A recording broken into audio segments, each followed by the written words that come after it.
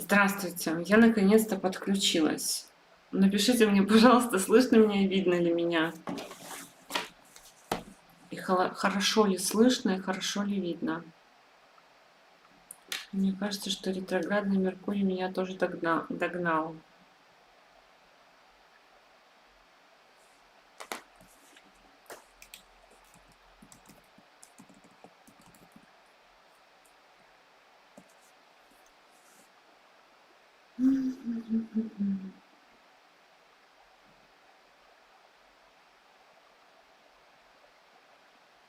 Так, что-то не идет процесс.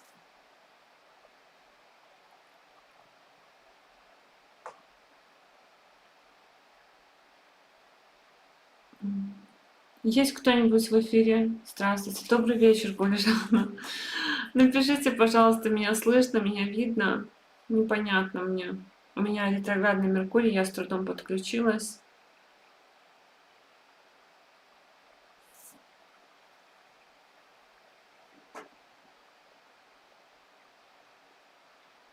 Угу. А хороший звук?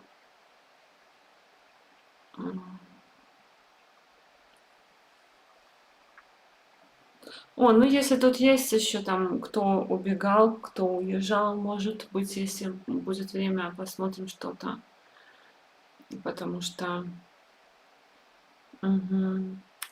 Отлично, спасибо большое, потому что у меня сегодня, наверное, сломался какой-то разъем, я не могла подключить звук, и теперь даже не знаю, как я буду записывать видео на YouTube.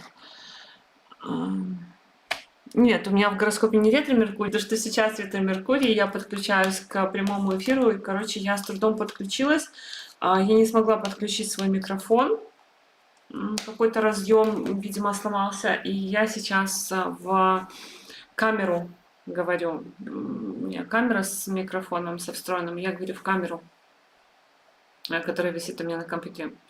Хорошо, а теперь я переключаться сейчас буду на гороскопы, потому что гороскопов там вам, наверное, не видно, вам, наверное, видно мою вот эту вот статистику прямого эфира. Я первый раз так вот в таком виде дела буду демонстрировать. Значит, переключаюсь на гороскопы, на минуточку переключаюсь, и хочу к вам вернуться, чтобы тут в пустоту не рассказывать, хочу к вам вернуться, чтобы вы мне ответили, хорошо ли вам видно карты. Вот я переключилась, напишите мне, пожалуйста, я почитаю.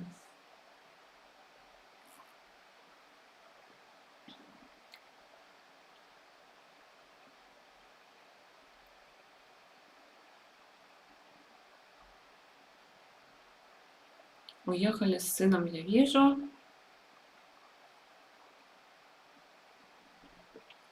Но сегодня прям еще и трансляция так вот очень чувствуется, как трансляция задерживается. Обычно не такая большая задержка. Но сегодня прямо...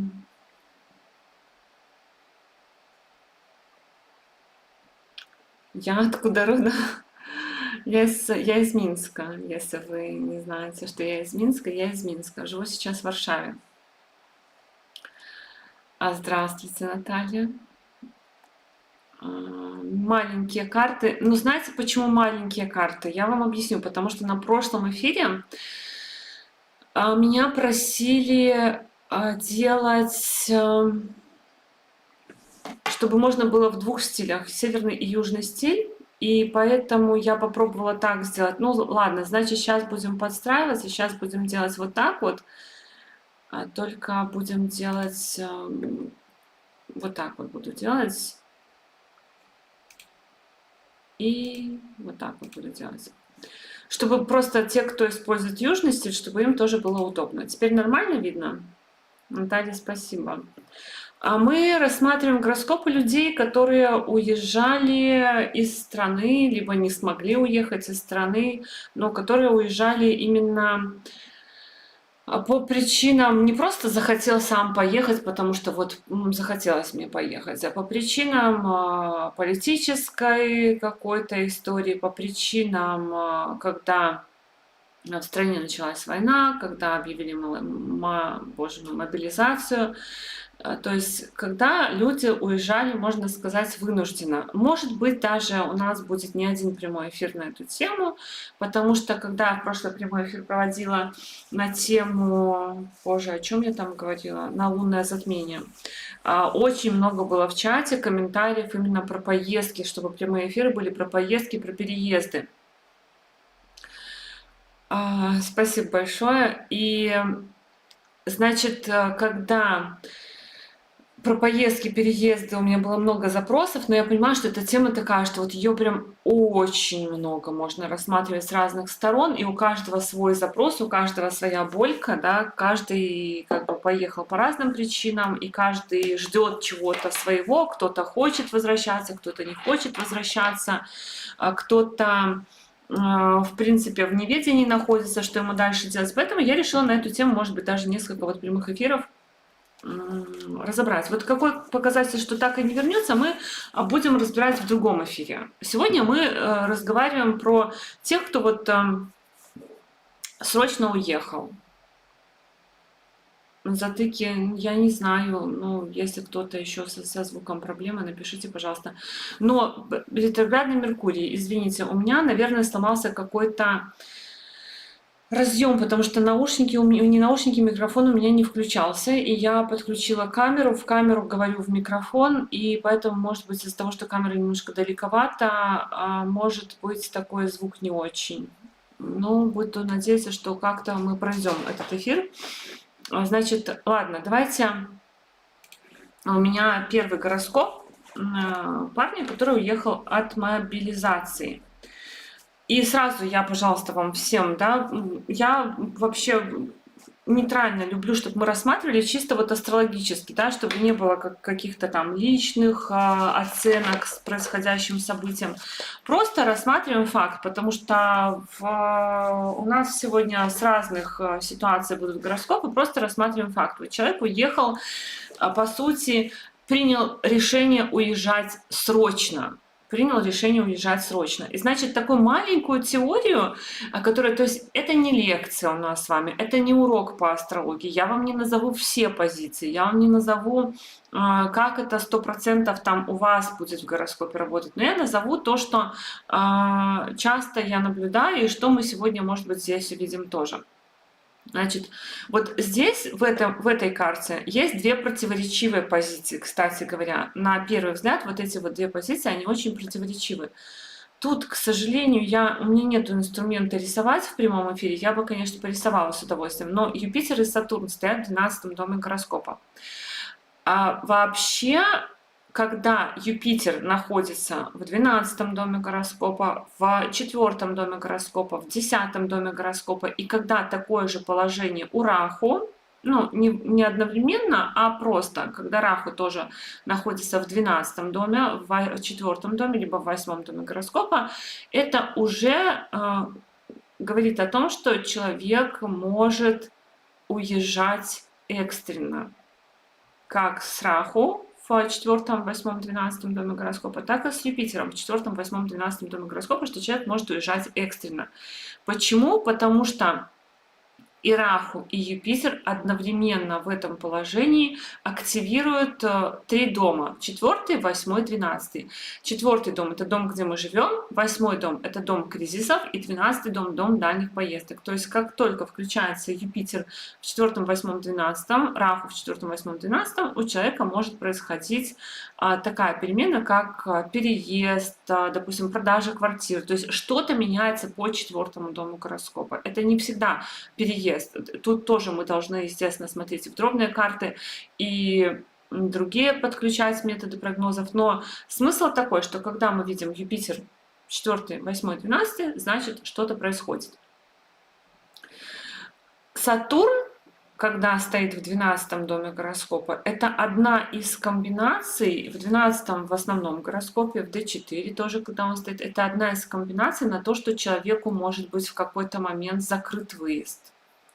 Когда ему сложно, то есть 12 дом, все знают, что 12 дом гороскопа – это переход между мирами. Между мирами он разный переход, да, это и фантазия, это сказка, допустим, какая-то, то есть какой-то, как это называется, боже мой, воображение. Вот когда писатель пишет что-то, у него работает воображение. Меркурий у нас в 12 доме гороскопа хорошее воображение может давать. И точно так же 12-й дом гороскопа — это вот переход между границей, то есть граница одного государства, граница другого государства. И в гороскопе человека 12-й дом, он показывает вот как раз-таки возможность эту границу перейти спокойно. И когда там стоит Сатурн, это может быть таким образом реализовываться, что в какой-то момент эту границу перейти нельзя. Есть запрет, например, на выезд, или есть какие-то ограничения, или человек по другим причинам не может уехать. И вот в этом гороскопе эта комбинация Юпитера и Сатурна, она дважды сработала, а мы знаем, что у нас есть сначала идет под период Юпитера, либо период Юпитера, а потом идет сразу Сатурн. То есть получается, что сначала один дает красный, зеленый свет на то, чтобы ехать, а второй дает запрет на то, чтобы ехать. Так, теперь сейчас почитаю чуть-чуть комментарии, что вы там пишете.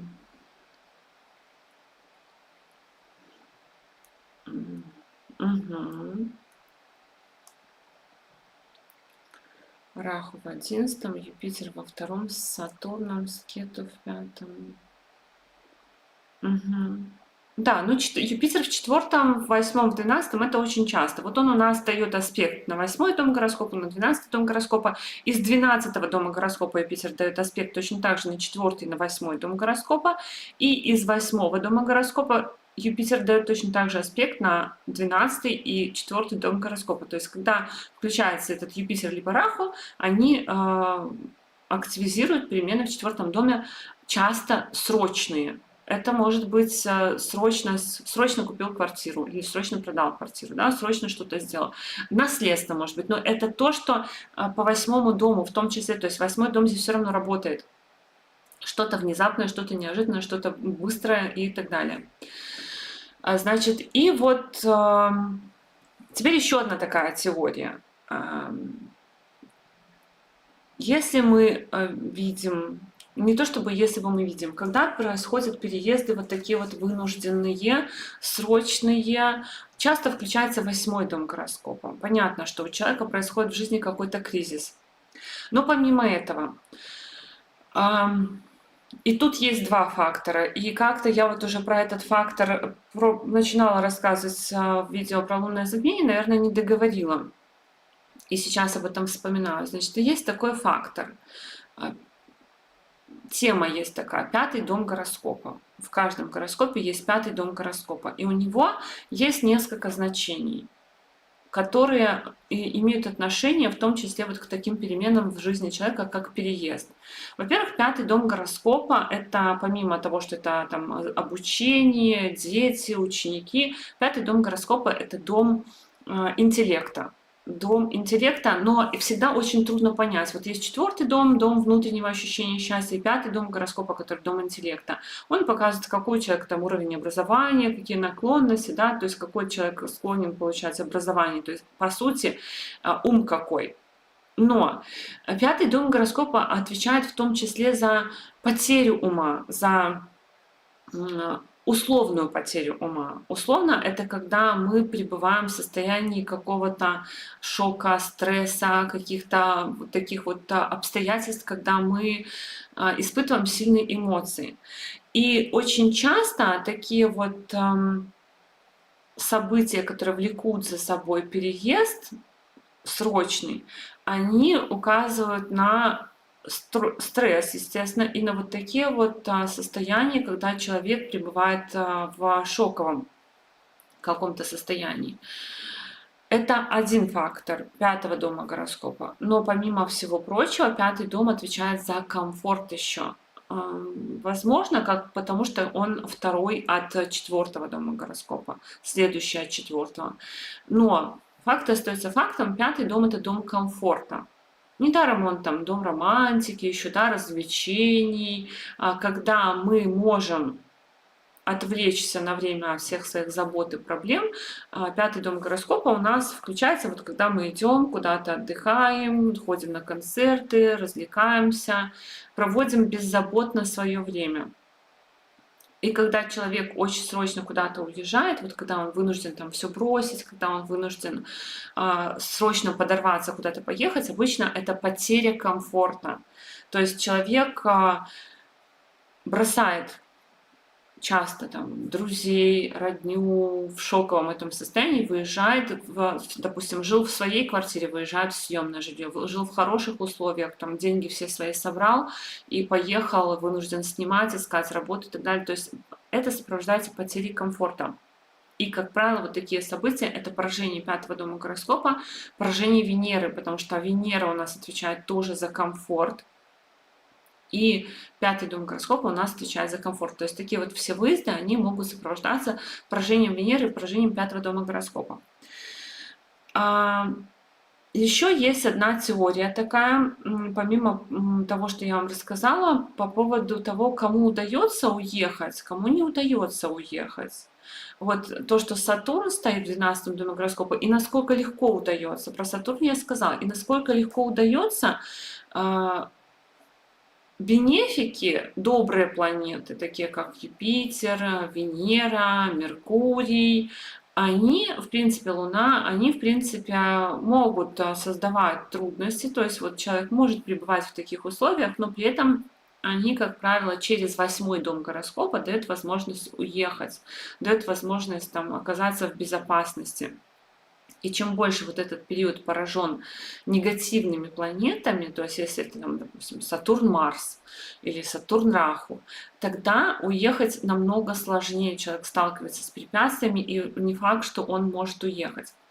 Ну и вот давайте посмотрим, как это выглядит, как человек уезжает через 8-й дом гороскопа. Но сейчас я тоже опять почитаю ваши вопросы. Вообще понятно ли я тут рассказываю? Может, никому ничего не понятно. Так...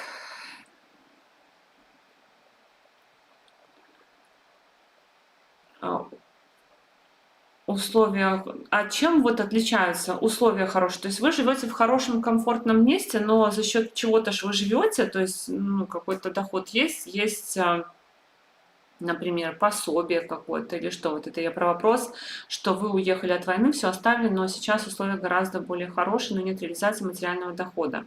То есть, а за счет чего вы живете, как вы живете? Это же тоже... Ну, мы сейчас будем смотреть. Еще у нас надо смотреть гороскоп D4 у нас показывает, как по факту мы себя чувствуем в том месте, где мы живем, насколько мы себя чувствуем. У нас каждая сфера жизни имеет отдельный гороскоп. И там тоже, муж иностранец. Прекрасно. Просто вас это гложет, я так понимаю, что вы не зарабатываете, например, да, и вы не реализованы. Но это же надо разделять комфортная жизнь и при этом реализация. Это разные вещи, и это смотрится по-разному. То есть то, что вы живете комфортно, это можно посмотреть. Ну и то, что у вас там, допустим, если муж обеспечит брак, удачный получается, да, вы там в этом браке, может быть, счастливы и хорошо себя чувствуете, но при этом вот только чувствуете себя с реализацией не очень.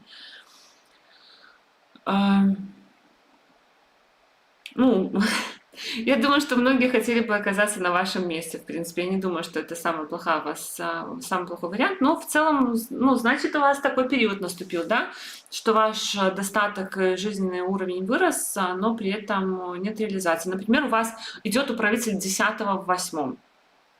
Не в 8-м, в 5-м доме гороскопа, в D1, в D10, когда это, можно сказать, смерть профессии такая происходит своеобразная. То есть, надо смотреть, я так не предположу, на 100% я вам не скажу, что у вас там происходит. Значит, давайте смотреть у этого парня, который уехал от мобилизации в периоде, сейчас я вам скажу, он уехал Венера-Юпитер, вот он уехал. И вот у него, получается, он уехал от мобилизации в период Венера-Юпитер с предположением, что его могут призвать, он уехал в соседнюю страну и благополучно уехал и чувствовал себя там комфортно. Чувствовал себя там комфортно, хорошо, насколько это возможно чувствовать себя там комфортно, значит, Венера-Юпитер. И вот она у нас, Венера, хозяйка 5-го дома комфорта, ушла в 8-й дом стрессов, кризисов, и еще она вот в знаке Козерога, да, то есть это какие-то реально у человека период, который показывает, что, во-первых, прерывается какой-то жизненный комфорт, во-вторых, будет какое-то эмоциональное потрясение, могут там быть прерваны обучения, могут быть прерваны какие-то проекты, допустим, если бы человек развивал что-то. При этом эта Венера, очень видно почему, да, что происходит, почему человек уезжает. Она под аспектом Марса. И Марс, как хозяин 6-го дома гороскопа, он на нее дает аспект, и это показывает, что человек испытывает какой-то стресс от угрозы вот этой вот марсианской, управителя 6-го дома гороскопа, армии. Но при этом Венера у нас благоприятная, мягкая планета под аспектом Юпитера, который тоже мягкий и, можно сказать, добрый, и защищает эту Венеру, дает возможность ей спокойно выехать. И Юпитер, вот у нас как бы сама по себе Венера, она у нас изначально, ну, сложно, да, если вы не знаете, допустим, полностью всех деталей, но Венера у нас обещает, то есть я имею в виду, что полностью всех деталей, как анализировать Вимшот Ридаши, вы можете это обещание Венеры на срочный переезд пропустить, например, то, что Венера обещает человеку переезды такие срочные. Но Венера у нас под аспектом Юпитера, и Юпитер у нас... Получается, Матри Карака показатель вообще места жительства, недвижимости, перемещений. То есть уже Венера под аспектом Матри Караки обещает какие-то перемены в месте жительства срочные. Причем Венера у нас хозяйка 12-го дома, еще тоже дальних поездок, перемещений. И она формирует такую комбинацию, вот как управитель 12-го дома в 8-м доме гороскопа, такие тоже кризисные поездки. Но при этом человек спокойно выехал, то есть, ну, относительно спокойно, но он при этом выехал. И Юпитер, как я уже и сказала, он здесь обещает вот этим аспектом на 4-й дом гороскопа и на 8-й дом гороскопа, защитным этим аспектом, можно сказать, ну, все равно создающим кризис при выезде, то есть не просто человек выезжает размеренно, когда он там все запланировал, а скорее вот это либо быстро, либо экстренно, либо как-то кризисно, вот он уезжает.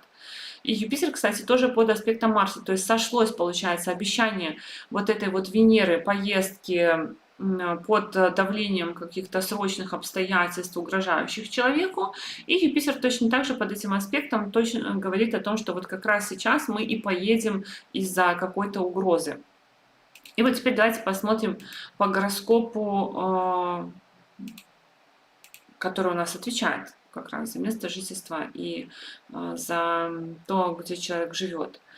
Значит, Венера в гороскопе у нас D4. Вот это сейчас мы смотрим D4. Венера у нас в гороскопе D4 находится вместе с хозяином 8-го дома гороскопа. То есть, как я и говорила, что 8-й дом гороскопа через 8-й дом гороскопа чаще всего, скорее всего, человеку удается выехать. То есть, если есть такая история, что человек не знает, выйдет он или не выйдет, здесь 8-й дом гороскопа в таких историях чаще выступает как, наоборот, спаситель. Ну и здесь еще у этого человека очень хорошо есть защита другая вот этого Юпитера, гаджет Кешери Йога, Юпитер и Луна, все-таки две мягкие добрые планеты соединяются вместе, и Юпитер здесь создает комбинацию уже на то, что человек может уехать, и точно так же Юпитер аспектирует 8-й дом гороскопа, то есть точно так же указывает, как я и говорила, что Юпитер в этом положении, в 12-м доме гороскопа, он дает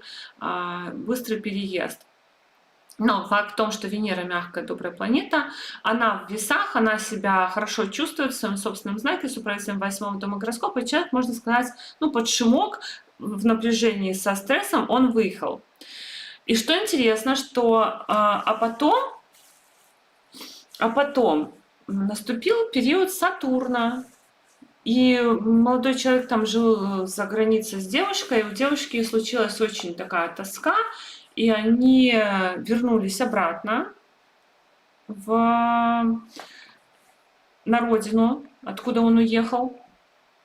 И получается, что когда они вернулись на родину, мы возвращаемся к основному гороскопу, у парня выезд закрыт. И он уже выехать не может. Выезд у него закрыт. То есть Сатурн в 12 доме гороскопа работает как запрет. И если бы парень, ну, он думал, что он там спокойно приедет и уедет. Сейчас он выехать не может. И получается, что когда были бенефики, мягкие планеты, он спокойно уезжал. Когда сработал Сатурн, Сатурн уже выехать не дает.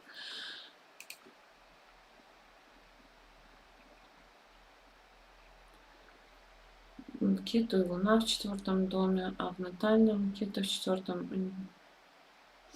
Ну, поражение 4 дома гороскопа, да, дает склонность к тому, чтобы уезжать. Луна, Юпитер, Гаджи, Кеши, Йога, 4-10 дом. Ну, вот эта Гаджи, Кеши, Йога дала хорошие возможности на переезд, получается. Ну, то есть бенефики и через 8 дом гороскопа, вот я смотрю по этим людям, которые выезжают, бенефики через 8 дом гороскопа, они, в принципе, дают чаще всего такой мягкий переезд. Пусть это и от стрессовых каких-то условий, но переезд мягкий. Значит, с этой картой мы закончили, я ее закрою. Давайте политическую миграцию посмотрим. Значит, это у нас тут тоже будет как-то тут надо, сейчас я настрою. Сейчас я настрою, чтобы вам было, тем, кто смотрит такую карту, было понятно. Вот так вот. О, вообще. Так, скажите, пожалуйста, хорошо ли вам было эту карту видно? По D4 что я смотрю? По D4 я смотрю все то же самое, что по D1, только D4 это карта, которая у нас отвечает за конкретно эту сферу жизни. И поэтому мы в D4 смотрим, насколько человек... Ну, сейчас я просто об этом хотела в предыдущей карте тоже поговорить, но... ну сейчас я как бы сакцентирую на этом внимание. Боже мой, еще у меня сейчас еще не хватало, чтобы лампа упала. Сакцентирую на этом внимание, да, что мы по D4 видим в том числе. Так, политическую миграцию сейчас вот мы посмотрим. Значит, карта у нас девушки, которая по политическим причинам выезжала из страны, и она выезжала в период Раху-Венера. Здесь немножко другая ситуация. Здесь Раху в 3 доме гороскопа стоит. В чем у нас там Накшатре находится? Раху находится в Накшатре Юпитера. Юпитер тоже здесь создает комбинацию на переезд. Потому что Юпитер управитель 4 дома в 6. Вот это вот тоже, когда управитель 4 в 6, 4 в 12 доме гороскопа, 3 в 4, 4 в 3 доме гороскопа. Это тоже комбинации, которые дают переезд, приносят переезды. И вот тоже эта девушка, смотрите, опять же, она уехала в период мягких планет, в период Юпитер-Венера. И она уезжала, но уезжала она очень сложно. И уезжала она, пройдя через суровые испытания. И после того, как она уехала, она не сразу там пришла, не в период мягких планет, простите, в Раху Венера, то есть это Раху сам по себе период, хотя Раху, видите, у нас в Водолее находится, но Раху в Пурвабхадрападе, в Накшатре, которая вот задние ножки похоронного катафалка такая, которая может давать стрессовые ситуации. И Накшатры они тоже могут давать свой оттенок, а Венера в Накшатре Ардра. А у Ардры символ слеза. И поэтому девушка уезжала очень тяжело от политического преследования. Она прошла и через допросы, через обыски, через нелегальное пересечение границы. Там она проходила все. И, значит, вот посмотрите Раху Венера. Почему у нее так тяжело? То есть у нее эта Венера сама по себе под аспектом Раху, под аспектом Марса, под аспектом Сатурна, то есть Венера, она сама очень-очень сильно пораженная, плюс она в Накшатре Ардра, которая у нас тоже отвечает за трансформации, за кризисы, за слезы и все в таком роде. И получается, что сам по себе период Раху уже обещает, в целом намекает период Раху на то, что человек может быть за границей. Почему? Потому что третий дом — дом нашего окружения. Друзья, соседи, братья, сестры, контакты, коммуникации, документы и так далее, и так далее. Это не значит, что все люди, которые проживают период Раху, что все люди прям буквально будут жить за границей. Но такая история может быть, когда Раху в третьем доме гороскопа. То есть это уже такой намек, что может человек проживать за границей. Ну и Раху в Накшатре Юпитера, а Юпитер нас отправляет тоже в поездку, в то, что человек может переехать. И значит, опять же, здесь у нас 8-й дом гороскопа задействован, то есть Раху обещает нам, сам по себе период Раху, он нам обещает кризисы, потому что Раху в Накшатре Юпитера, а Юпитер у нас аспектирует управителя 8-го дома гороскопа Луну. И тем самым он нам намекает на то, что кризисы в этот период будут, в большой период Раху. Ну а Венера у нас точно так же битая со всех сторон, да, отвечает за комфорт. Помните, я говорила, что эти все периоды, когда переезды, они очень часто именно связаны с Венерой, периоды под периоды, с 5-м домом гороскопа. И у нас сам по себе Раху период аспектирует Венеру, и под период Венеры, который у нас отвечает за комфорт, и Марс еще у нас тут тоже управитель 5-го дома гороскопа говорит о том, что в этот период что-то с комфортом происходит. И, значит, но с виду, если мы так будем говорить, с виду, да, ну, вроде бы более-менее там эта Венера стоит в 7-м доме гороскопа, ну ладно, она там под аспектом Марса, Сатурна, хотя уже тоже это как бы вопросики. Ну вот вопрос про, что мы смотрим по D4. Давайте посмотрим, что мы смотрим по D4. То есть по D4 мы тоже смотрим вот перемещение, да, покупку недвижимости, перемещение человека мы смотрим по D4. И самое главное, как он перемещается там и насколько ему комфортно. И вот давайте посмотрим. Раху у нас стоит в 6-м доме гороскопа. И Раху у нас дает вот эти сложные перемещения, но за счет того, что здесь Юпитер, все-таки, я думаю, что это тоже как бы такой фактор, что в любом случае выехать ей нормально удалось. И вот, значит, хотя очень тяжело, с очень сложными приключениями, из-за того, что это все равно период малефика, не бенефика. Раху у нас аспектирует Сатурн, Раху аспектирует 12-й дом гороскопа, и Раху аспектирует еще управителя 6-го дома гороскопа, Солнце. То есть здесь тоже включаются все такие негативные планеты. А Венера, под период Венеры, когда она выехала все-таки, это под период планеты управителя 8-го дома гороскопа. Венера в падении, да, и поэтому она тоже сложно выезжала. Но, то есть падающий хозяин 8-го дома гороскопа. Лучше, когда хозяин 8-го дома гороскопа, он все-таки посильнее должен быть, чем вот просто планета в падении. Но все-таки под период Венеры дал ей возможность выехать, потому что это период планеты 8-го дома гороскопа управителя, и это бенефик, то есть это планета добродетель, не планета-вредитель. И Венера, смотрите, с управителем 5-го дома комфорта тоже находится. То есть точно так же указывает на то, что в этот период что-то будет с комфортом связано. Венера под аспектом управителя 12-го дома гороскопа, Сатурн. Опять же, она нелегально переходила границу, то есть Сатурн аспектирует эту Венеру, создает какие-то препятствия, но вместе с тем все завершилось, разрешилось. При этом под период, когда у нее был там вот этот под период Венеры, значит, Венера у нас хозяйка 3-го дома гороскопа, стоит с Луной и стоит с Марсом, то есть тоже какие-то вот, да, по Марсу могут быть обстоятельства, конфликтов и так далее. И девушка жила в дискомфорте. Венера, смотрите, здесь у нас находится в Деве. Девушка жила в дискомфорте. Она вызывала... На нее вызывали соседи, в той стране, где она жила, на нее вызывали соседи милицию, потому что якобы у них там было громко, были, короче, скандалы, были там, наверное, даже судебные дела. И вот эта карта, она отображает как мы живем, в каком, то есть сейчас, да, не всегда, а сейчас, в каком мы живем комфорте либо дискомфорте, нам хорошо либо нехорошо. Если у нас, допустим, здесь, я знаю, допустим, карту человека, который переехал, у него период там Сатурн здесь с поддержкой хорошей планеты, но стоит Сатурн в падении в 9 доме гороскопа в эмиграции.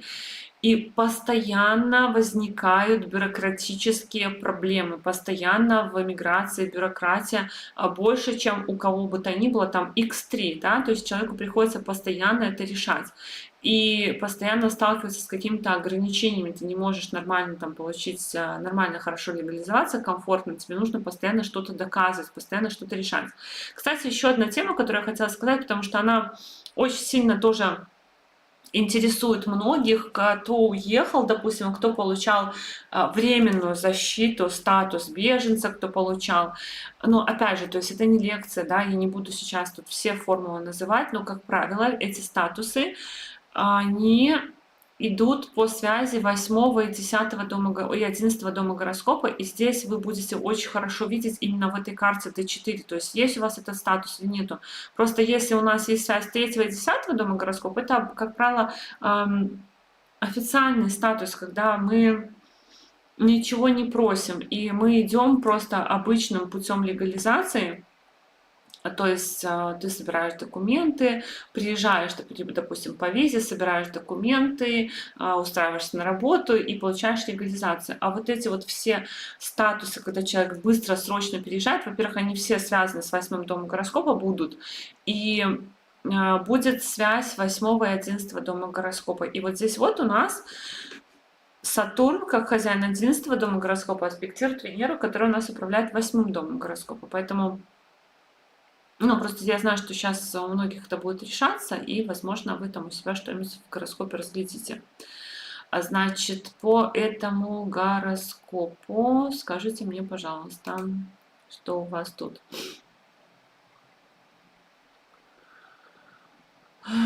Раху в 4 доме.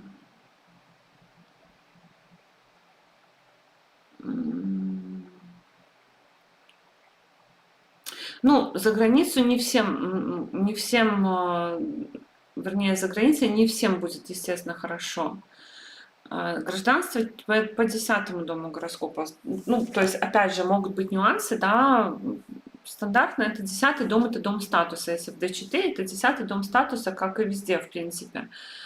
Раху в 4 доме гороскопа это не всегда много недвижимости. У меня, кстати, есть видео на канале очень хорошее на потенциал, когда много недвижимости, когда у человека может быть много недвижимости. Это может быть как один из показателей того, что у человека может быть много недвижимости, но это также может быть и один из показателей того, что у человека есть проблемы с недвижимостью такого характера, как купил квартиру, жить в ней не могу. Например, купил квартиру, вот как кто-то, допустим, бежал от войны, и квартиру сдать не могу, и продать не могу, квартира стоит, а я живу на съемном жилье, в аренде живу.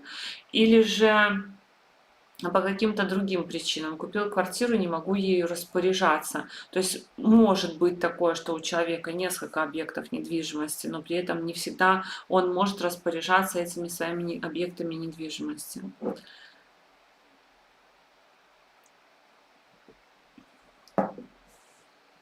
Все тут понятно было?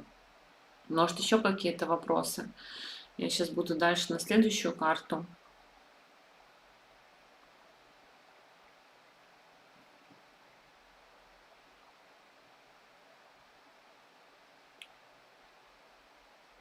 Что мне такое ощущение, что один человек остался только на прямом эфире.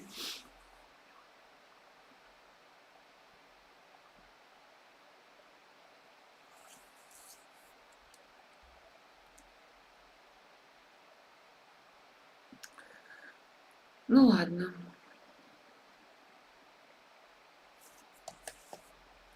Ладно, давайте дальше. Так, это значит, у нас была вот эта карта. Сейчас я другую карту. Еще одна карта. Вот смотрите, у нас Венера. Девушка уехала от войны. И опять, то есть опять, видите, Венера, которая Так, нет, давайте я сейчас сразу настрою, чтобы было... Венера, Венера. Венера у нас в Накшатре Кету, чтобы было понятно, да? Значит, Венера, Венера. Видите, опять Венера, мало того, что хозяйка 5-го дома, стоит еще в 3-м доме гороскопа, то есть смотрит на 9-й дом за границей, и Венера находится в Накшатре Кету, который у нас отправляет в 8-й дом гороскопа. То есть сама по себе Венера говорит о том, что в этот период происходят перемены в комфорте. Сама по себе Венера говорит о том, что в этот период происходят перемены, связанные и с какими-то рисками, кризисами и стрессами, потому что она находится в 8-м доме гороскопа. И при этом это благоприятная планета благодетель, то есть она дает возможность выехать, как я уже говорила, но связь с 8-м домом гороскопа присутствует. И в принципе, Венера во Льве, если так разобраться, по основному гороскопу, она в целом здесь каких-то, ну, плохой такой особо жизни не обещает, да, если так смотреть по 3-му дому гороскопа. Давайте посмотрим по D4. Что у нас обещает Венера в D4? Венера в D4, в принципе, тоже, видите, хозяйка 8-го дома. Как я и говорю, что 8-й дом, через 8-й дом гороскопа, через мягкие планеты люди выезжают запросто. Венера под аспектом Раху, это уже тоже намек на то, что человек поедет за границу в этот период. Венера смотрит на 12-й дом гороскопа, дом за границей, и спокойно выезжает. Вот она уехала, Венера, она там жила, и потом пришел период Венера-Марс, да, и потом пришел период Венера-Марс, и она очень сильно захотела домой обратно. Что у нас тут, кстати, Марс? Давайте сначала посмотрим Марс в основном гороскопе, в 5-м доме гороскопа, то есть 5-й дом комфорта опять 5-й дом комфорта у нас включается, и человек хочет что-то поменять, ему некомфортно в том месте, где он живет. Почему-то, по каким-то причинам. И она в период Марса очень сильно захотела вернуться обратно домой, устала, надоела, то есть она тоже там как бы не очень хорошо себя чувствовала. То есть когда она приехала, было нормально, вы смотрите, она приехала Венера, Солнце, Венера, Луна и Венера, Марс. Она, получается, захотела домой. И опять же, то есть то, что мы по D4 определяем. Венера, в принципе, с учетом того, что Венера как бы показывает стресс человека от переезда, но при этом она находится во Льве, то есть человек, в принципе, может находиться в каких-то, ну, допустим, там в столице проживать в каких-то условиях, ну, неплохих. По Венере в целом, скорее всего, неплохо. Под аспектом Раху это что-то непонятное для человека, когда Раху человек окунается в эту иностранную среду, скорее всего, человек немного испытывает в связи с этим стресс. Потом наступил под период Венера-Солнце. Венера-Солнце, у нас Солнце в 1-м доме гороскопа находится, оно управляет 6-м домом гороскопа. Получается, что тоже 6-й дом гороскопа, как ни крути, это все равно дом рутины, дом каких-то препятствий, дом каких-то трудностей, может быть, там что-то доказывать, что-то нужно делать. Но Венера, в принципе, ей, видите, как мы говорили, что статусы получать и официально оформляться, документами заниматься. Вот у нее управитель 3-го дома гороскопа Венера и управитель 8-го дома гороскопа Венера. То есть этот управитель 3-го и 8-го дома гороскопа говорит о том, что человек легализуется не просто по бешенству, а вот так вот он выехал и легализуется, как у него есть возможность. То есть приехал по визе, приехал по каким-то официальным документам и легализуется.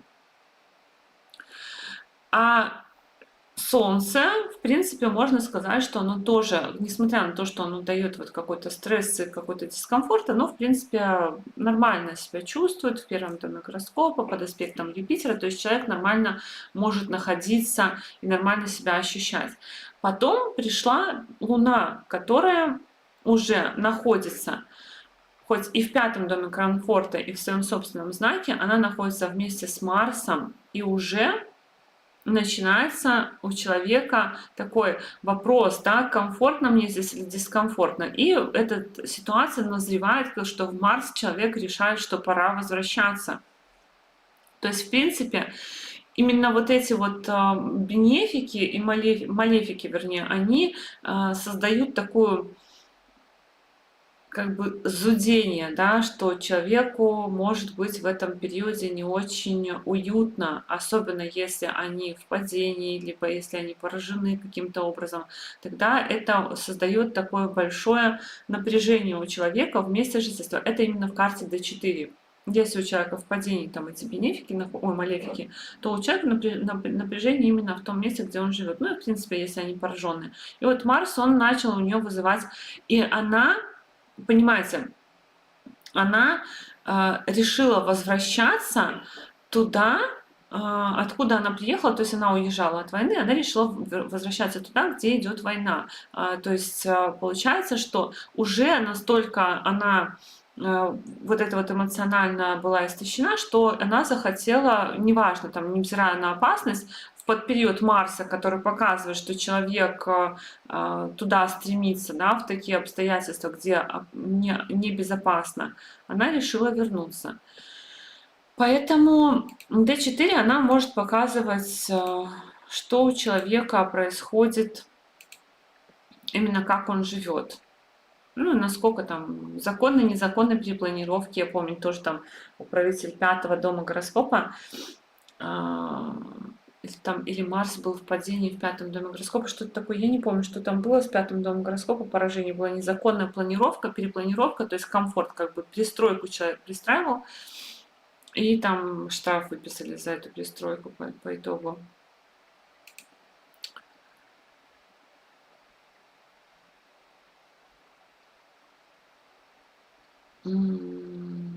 Так, сейчас я почитаю.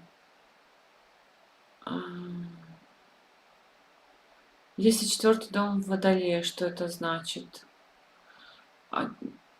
Кто это у нас? 11, 10, 9, 8, Скорпион.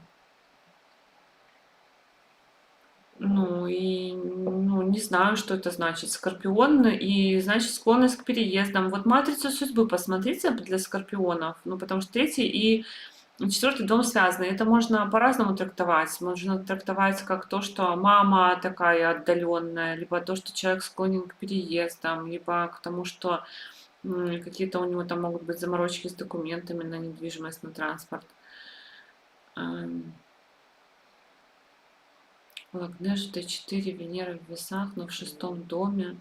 С Арутхой 2, Арутхой 4, Арутхой 6. Ну, Арутхи мы здесь не будем трогать, но Лагнеш в D4, Венера... В D4, конечно, Лагнеш лучше, чтобы он располагался в 5-м, 9-м доме гороскопа, в каких-то хороших позициях. То есть D4 можно рассматривать же наравне с D1, именно насколько потенциал есть на недвижимости, когда в 6-м доме гороскопа могут быть проблемы какие-то с местом жительства в том числе. То есть это не значит, что всегда, да, но в целом, ну только что в весах это хорошо, что в своем собственном знаке.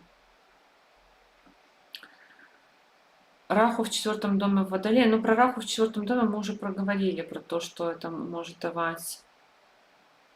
Венера в соединении с Марсом и Раху в 3-м доме, в Тельце. Про Марс и Раху, про Марс в соединении с Венерой мы разбирали на прошлом прямом эфире. Там было несколько гороскопов. Марс, Венера в 3-м доме гороскопа. Ну, могут быть всякие разные интересные наклонности Марс, Венера. А Раху в 3-м доме, Раху в Стрельце, вообще он склонен к тому, чтобы привносить что-то иностранное, иностранное в тот дом гороскопа, в котором он стоит. Это вот именно Раху в Стрельце. Если в 3-м доме гороскопа, то это может быть там братья, сестры сводные, там иностранные, причем там какие-нибудь друзья иностранцы, какие-нибудь документы иностранные, что-нибудь такое.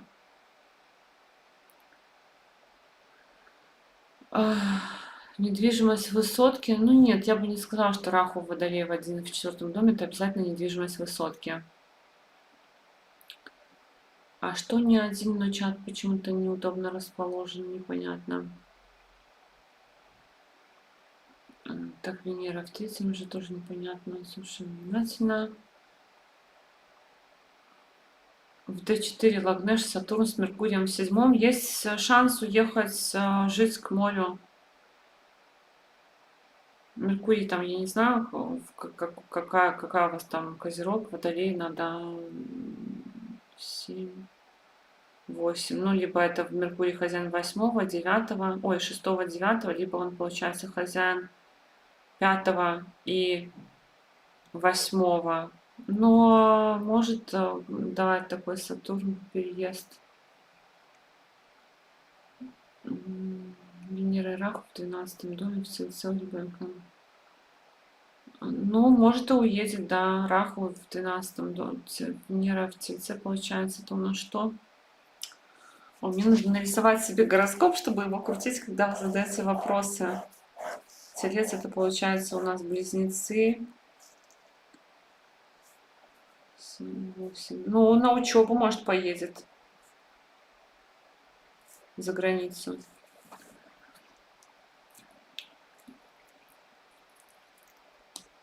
Ну, вы так сильно не заморачивайтесь, где хозяин первого дома. Главное, чтобы он был нормально расположен, не самого плохого варианта расположения. Может быть, если хозяин первого дома d4 в третьем, это значит, что много собственных усилий направлено на то, чтобы там приобретать недвижимость. И документов, может, на вас много по недвижимости оформляется, например. Лагнеш в 9 доме с Меркурием в Близнецах. 7, 8, 9. Венера с Меркурием. Ну, возможно, конечно, переезд. Там же Меркурий хозяин 12 дом, получается. Ну, Раху здесь не имеет отношения к этому. Как вы море смотрите? Ну, 7 дом гороскопа вообще, весы, 7 дом гороскопа. Ну, и весы тоже могут давать, кстати, такую. Меркурий хозяин 6 и 9, где Сатурн, Лагнеш d4, хозяин 6 и 9. Ну, можете, да, куда-то вот переехать в такое место. Вообще еще это может быть, допустим, недвижимость совместно с партнером, потому что 7 дом — это еще и дом партнерства.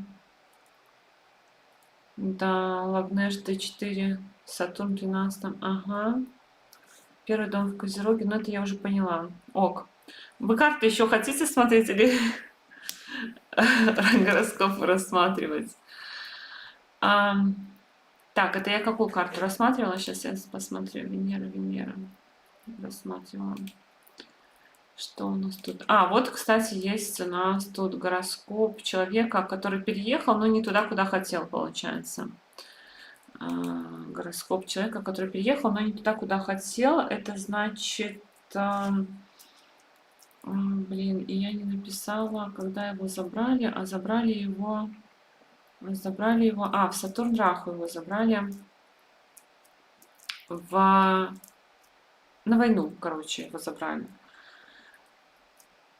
И вот смотрите, здесь уже у нас вступает в действие не бенефики, а малефики, то есть вредители. Тут, конечно, у нас у Сатурна тоже есть поддержка. Так, подождите, сейчас я сделаю, чтобы всем было понятно. D1, чтобы всем было понятно. Значит, Сатурн. Сатурн у нас в первую очередь про работу. Сатурн у нас вредитель. Он, конечно, стоит рядом с Юпитером, и в основном гороскопе, в принципе, у нас Сатурн, ну, за счет того, что Юпитер, мы можем его предположить, что, может быть, Юпитер нам тут какие-то бонусы принесет, какие-то смягчения принесет. Но идет период Сатурн-Раху. Вот то, что я говорила. Раху тоже дает нам переезд. Раху в 8 доме гороскопа. То есть человек уезжает из дома служить, естественно, он не живет дома, да, который там служит где-то в части, там, я не знаю, не разбираюсь в этой терминологии. Раху, под период Раху приносит переезд. Сам по себе Сатурн уже у нас обещает переезд, в том числе, то есть длительную какую-то отлучку из дома, одним простым движением, потому что Сатурн у нас управляет 3 домом, то есть длительная отлучка из дома, но на короткое расстояние, либо короткие поездки, а короткие поездки это не только те поездки, когда ты в течение дня перемещаешься, а короткие поездки это еще и тогда, вот они бывают, там этот третий дом гороскопа включен у пилотов самолетов, потому что короткая поездка, она по времени короткая. То есть человек вылетел сегодня из одной страны, прилетел в другую, вернулся, например, там, и на все у него там 6 часов условно было потрачено. Это короткая поездка. То есть он-то преодолел большое расстояние, но заняло у него это мало времени. Поэтому это третий дом гороскопа, он может давать либо переезды куда-то на какие-то короткие расстояния, либо вот такого недолгосрочного характера. И Сатурн у нас еще аспектирует 12 дом гороскопа, то есть точно так же указывает на то, что в этот период Сатурна могут быть отлучки из дома и переезды. Но самое главное здесь, что Сатурн соединяется с управителем 4-го дома гороскопа, то есть он напрямую влияет на то место, где мы живем, и создает какие-то ограничения. Это у нас планета-вредитель. Сатурн создает ограничения в том месте, где человек живет. И Сатурн Раху. Раху тоже вредитель. И Раху тоже у нас напрямую, как я рассказывала в самом начале, влияет на переезд. То есть он аспектирует 12-й дом гороскопа, аспектирует 4-й дом гороскопа из 8-го дома, из дома кризисов. И получается, что этому человеку уехать добровольно не удалось. Потому что период двух планет вредителей. И здесь точно так же Сатурн у нас стоит в доме, который у нас отвечает за место жительства, и Сатурн отдает аспект на управителя 12-го дома гороскопа, Солнце. То есть Сатурн еще дает поездки такого характера, как бы по делам вынужденного, да, характера. Это не то, что там мы сами приняли решение ехать, например, а нас отправили. Нас отправили в командировку. По третьему дому, кстати, командировки тоже часто нас отправили в командировку, нас отправили куда-то служить и так далее. Ну а сама Махадаша Сатурна, она же не вся у него была такая, да, и он не все время служил, у него практически в конце Махадаши Сатурна. Но Сатурн аспектирует управителя 4-го дома гороскопа, управителя 7-го дома гороскопа Юпитер. То есть, в принципе, были и другие события у человека в этом периоде, но все равно Сатурн обещает, что в этом периоде будет какое-то ограничение. И Раху обещает, что будет что-то срочная какая-то поездка. И Раху добавляет еще то, что это будет связано с работой, потому что он аспектирует хозяина 6-го дома. И стоит рядом с управителем 10-го дома гороскопа. То есть это не переехать в другую страну, а именно по работе куда-то уехать. И вот, как я и говорила, что здесь влияние получается двух планет, которые отвечают, создают именно вред. Естественно, это дискомфорт.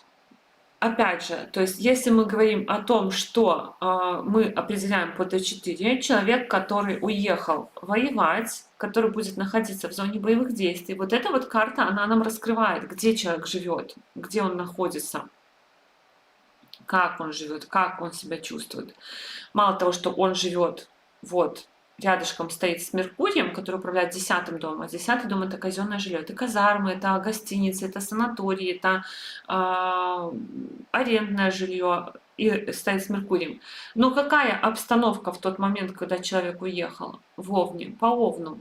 То есть марсианская какая-то обстановка в том месте, где человек живет. Поэтому мы можем определять именно по знаку зодиака, по дому гороскопа и по той планете, которая управляет периодом D4, какая будет обстановка, где мы живем, насколько нам будет комфортно. Насколько, и даже, может быть, у нас там обстановка не очень, но мы себя чувствуем комфортно. Вот Раху в Овне, это как бы понятно в 8-м доме гороскопа, что это большое количество опасности в том месте, где ты живешь, большое количество какой-то марсианской энергии. То есть D4, она очень хорошо это показывает.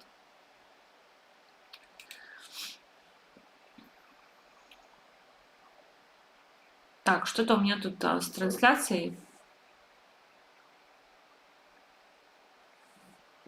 Нейрошлях. В пустыню переехали, а хотите море. Это не у вас там в гороскопе? Нет, наверное, не у вас в гороскопе управитель первого. А что у вас период в Период какой планеты вас в пустыню отправил? В D4 там в каком знаке? В огненном, может быть, в каком-нибудь знаке? В D4 Венера с Марсом в 9 доме. В Деве. В D4. Сейчас посмотрю. Венера с Марсом в 5 доме. Ну, Венера с Марсом 6, Венера, Марс 7, 8, 9, 10, 11, 12, 4, 5. Венера, Марс. Ну, Марс тут и хозяин 4 дома гороскопа. В принципе, тоже большой период Венеры начался. Ну, в принципе, Венера с Марсом здесь делают очень хорошую... Сама Венера и Марс делают раджа-йогу. Поэтому, в принципе, нельзя сказать однозначно, что здесь будет полностью некомфортно. По Деве тут может быть, допустим, там где-то на природе, в каких-то условиях, типа дом на природе, потому что Дева, она колхозница немножко. А Паривардхана йога между 4 и 9 тоже дает миграцию. Правитель 4 в 9 доме Сатурн и правитель 9 в 4 доме Луна. Период Сатурн-Луна я имею в виду... Но вообще в целом правитель 9 в 4 и 4 в 9, даже без Паривардханы, тоже дает эмиграцию. Как бы такой, если... Ну, это просто самые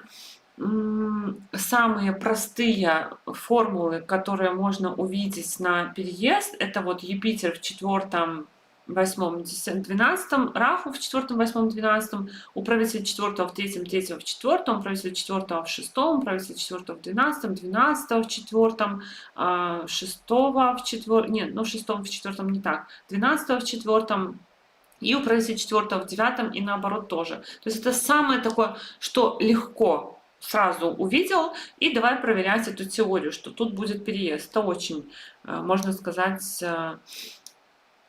легкая комбинация. О, Луна в D4 в 7 в Овне. Видите, как получается, что вы переехали в период в D4 планеты в огненном знаке и переехали в пустыню. То есть такая жаркая обстановка вокруг вас, можно сказать.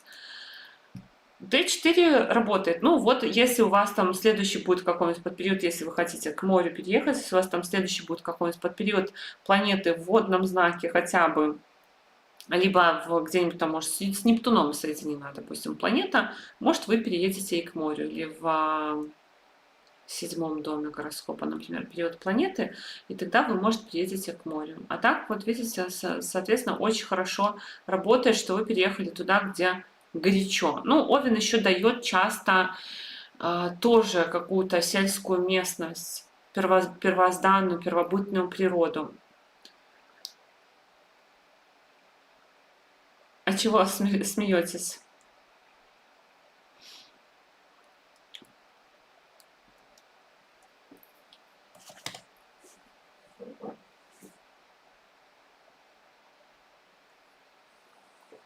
Что там, наверное, все впереди с одними только огненными планетами, безнадежно на переезд к морю.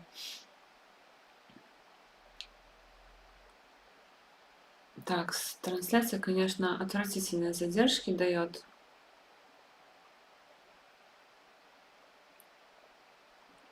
Ну, будут ли еще переезды? Хотя бы посмотрите по всем формулам, которые я давала вам. У вас просто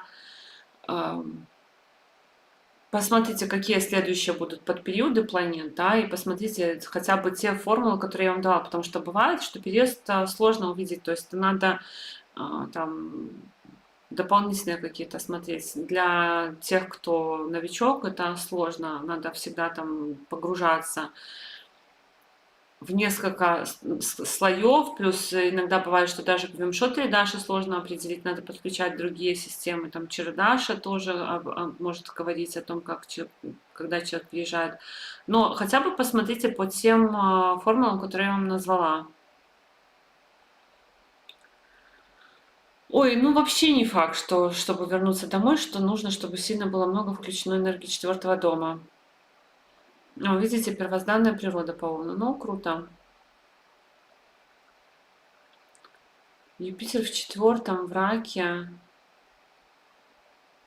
Юпитер в четвертом дает перемены по четвертому дому гороскопа. Я это сегодня несколько раз проговорила. Ну, дальше вы должны смотреть по D4. Это у вас будет переезд, или это вы там, может, машину купите, квартиру купите.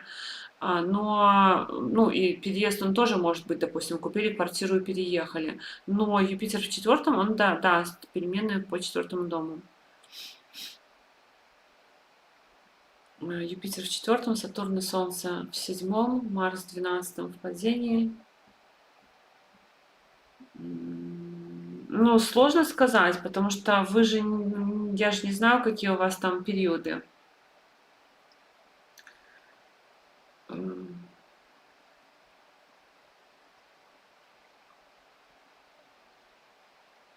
Ну и транзиты тоже, конечно. Транзиты, если вы знаете, как смотреть транзиты. В период Сатурн-Кету возможен ли переезд в четвертом доме нет планет. Я не знаю, где у вас стоит Сатурн, где у вас стоит Кету. Переезд возможен в любое абсолютно время, но нет, ну я не знаю, буду ли я тут строить гороскопы. То есть, если я сейчас буду строить гороскоп, то вы же понимаете, что это анализ такой, пятиминутный, поверхностный, когда я не могу погрузиться глубоко в карту, и я просто могу там что-то поверхностно увидеть и сказать, но это не на 100%, что я вам там 100% точно все хорошо расскажу.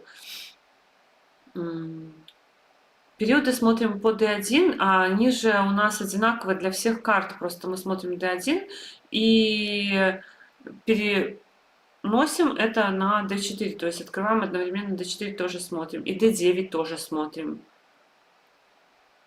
Что тут уже такой хаос пошел, период, просто вы уже там пишете, дорогие мои, если вы пишете какой-то вопрос, ну вы подумайте, как я должна на ваш вопрос ответить, потому что то, что вы пишете, период Меркурия, который в шестом доме в карте, ну и что это мне должно дать, что я должна понять из этого вопроса. Меркурий в шестом доме в карте, в каком он знаке, каким он домом управляет, и потом в какой он накшатре находится, я без понятия.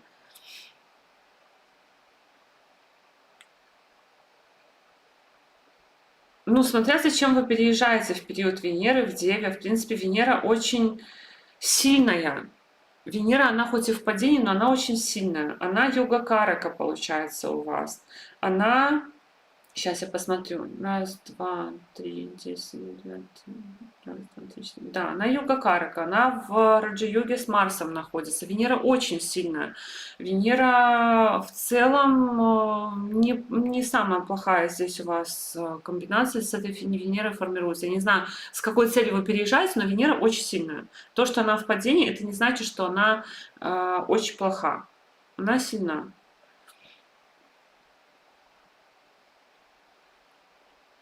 D9, потому что это наш второй гороскоп, можно сказать, наша вторая кожа.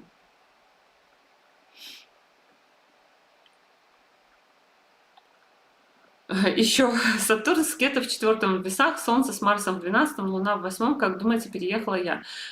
Переехали ли вы, зависит от того, какие у вас были периоды в жизни, потому что у вас может быть обещание переезда, но, допустим, периоды будут идти, которые вообще не обещают переезд, и вы можете свое обещание переезда получить только там в 30 лет, в 40 лет, а может быть вообще не получить никогда. То есть я же не гадалка, вы же пришли ко мне зачем? Затем, чтобы я угадала? Ну,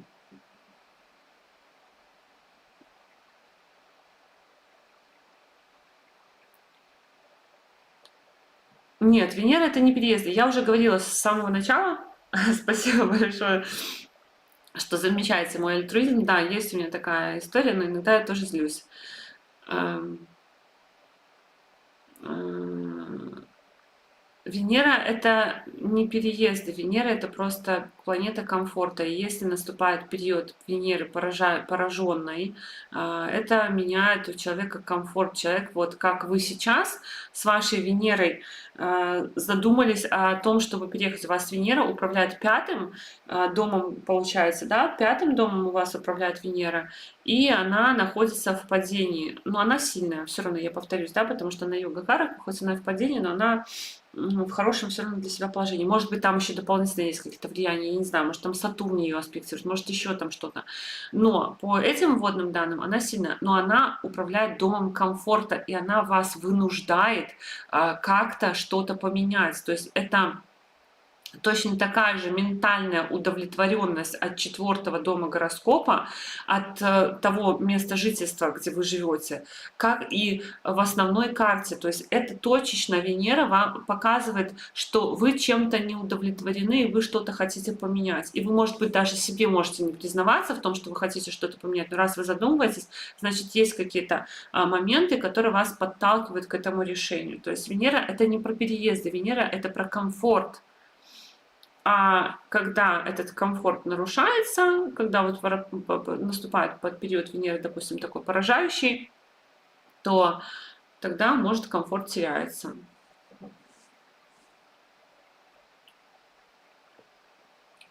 Так. Ладно, в общем. Что у нас тут было? Вопрос тут был какой-то, да, с картой. Ну, давайте попробуем. Значит, попробуем в экспресс-формате. Извините меня, пожалуйста. Попробуем в экспресс-формате. Сейчас я найду ведик. Ой. Ведик хора. Ведик хора. Ведик хора. И попробую вот этот вот нейрошлях. Не знаю, к сожалению, вашего имени, но спасибо, это очень приятно, когда вы такие пишете комментарии. Сейчас тут где-то у нас был 07-го, 09-го, 1993-го. 07-го, 09-го, 1993-го. И вот вы сразу, пожалуйста, Ольга, прокомментируйте ваш вопрос, потому что вопрос, что у меня будет с недвижимостью, он немножко некорректный. То есть я вам могу ответить на ваш вопрос. Что-то будет или что, ну, то есть, что вы хотите от меня услышать? Какая у вас обстановка с недвижимостью? Какие у вас есть планы, может быть? Есть ли она вообще у вас? Нету ли ее вообще там? Ну, то есть, какой-то контекст, потому что без контекста это очень сложно. 22:30. И, естественно, я здесь не буду перепроверять, то есть мы доверяем сейчас просто астропроцессору и строим гороскоп вот про... Ну, и вы должны понимать, что я вот могу построить, да, ваш гороскоп, сразу напишите, пожалуйста, я вот строю гороскоп в прямом эфире. Могу ли я его построить в прямом эфире? И напишите мне какие-то вопросы в контексте.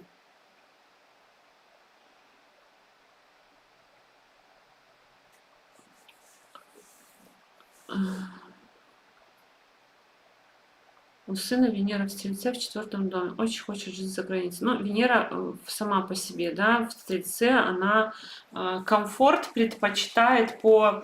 То есть Венера — планета комфорта, а Стрелец — это иностранцы. И поэтому, да, будет ли у меня продажа моей квартиры в одном городе и покупка в другом городе, так как у меня уже год висит на продаже квартира.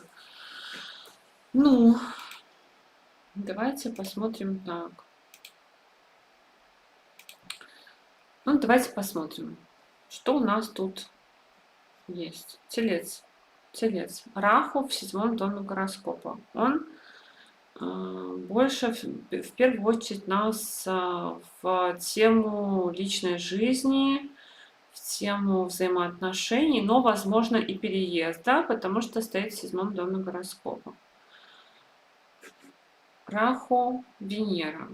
Венера, хозяйка гороскопа, в знаке Рак. Видите, человек думает про тему недвижимости, про документы, наверное, про объявления, может быть, и так далее. Следующий у нас период Раху Солнца. Но Венера, сейчас посмотрим, у нас имеет отношение вообще к 4-му дому. В Накшатре Меркурия. Меркурий, в принципе, в проекте 2-го дома в 4-м. То есть деньги уходят в 4-й дом гороскопа.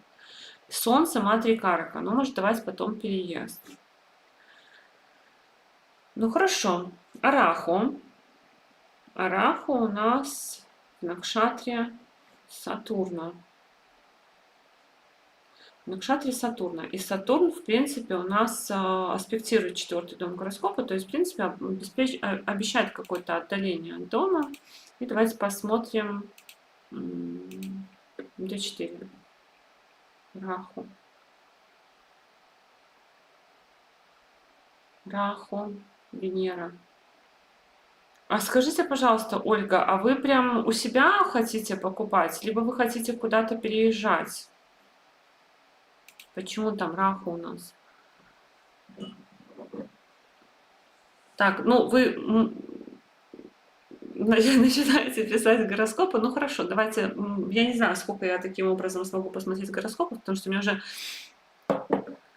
начинает лицо гореть.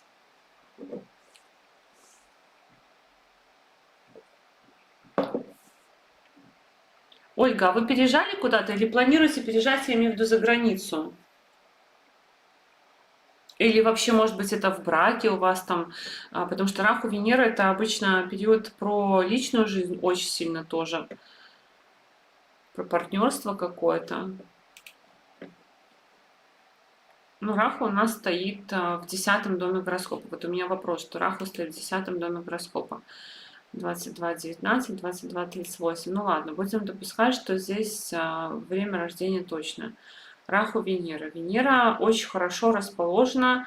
Раху Солнце, в принципе, у нас обещает тоже изменения по 4-му дому гороскопа. И Раху Солнце обещает изменения по 4-му дому гороскопа. Но тут вопрос у меня к вам именно с точки зрения планов ваших. То есть где вы это все делаете? Это вы делаете в своей стране, либо вы делаете это не в своей стране?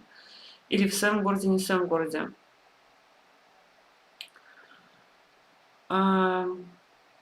Замуж выходите, понятно. А тогда вы будете покупать в партнерстве или не в партнерстве? Потому что получается так, что Раху, он стоит в 7-м доме гороскопа, Венера, в принципе, у нас, она отвечает за партнерство. И в целом в Раху Венера может в партнерстве дать вам новую квартиру.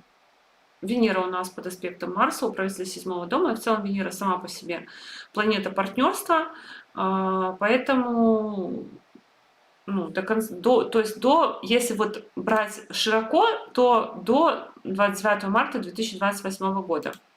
А можно еще посмотреть, какие периоды по Чарадаше. Стрелец.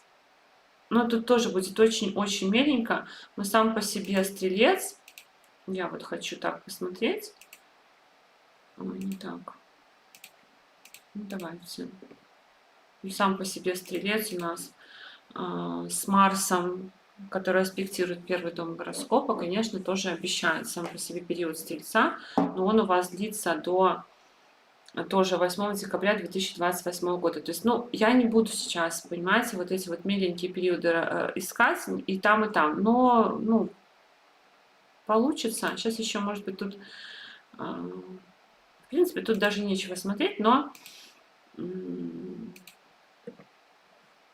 диапазон меньше делать я вам не буду, потому что тут надо будет очень сложно этот диапазон. Сейчас каждую планету у нас нету времени, но до 2028 года, значит, все там у вас получится. Что-то я еще хотела сказать, по транзитам. По транзитам у нас получается Сатурн, Юпитер, Раху, Кету.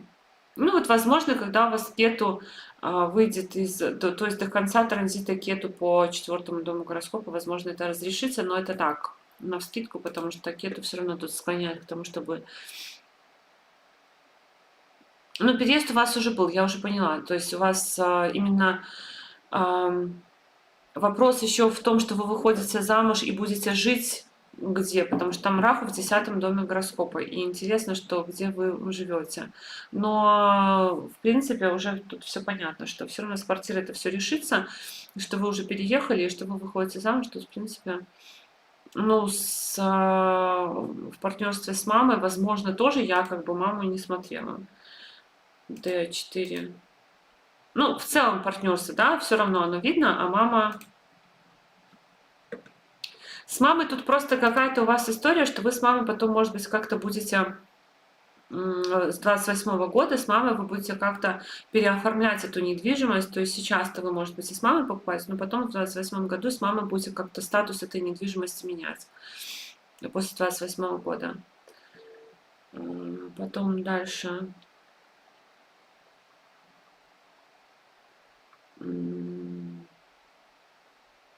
Будет ли переезд в период Венеры, насколько комфортно, на 7 и 2 92 07.02.1992 23:50 Саратов 23:50 Саратов.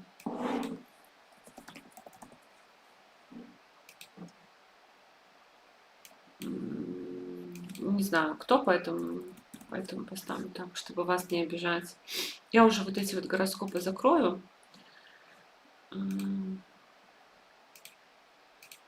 Период Венеры. Ну так мы это обсуждали, наверное, да? Период Венеры. Ну, конечно, период Венеры... Ну, во-первых, Венера 20 лет. Во-вторых, Венера, конечно, даст вам переезд.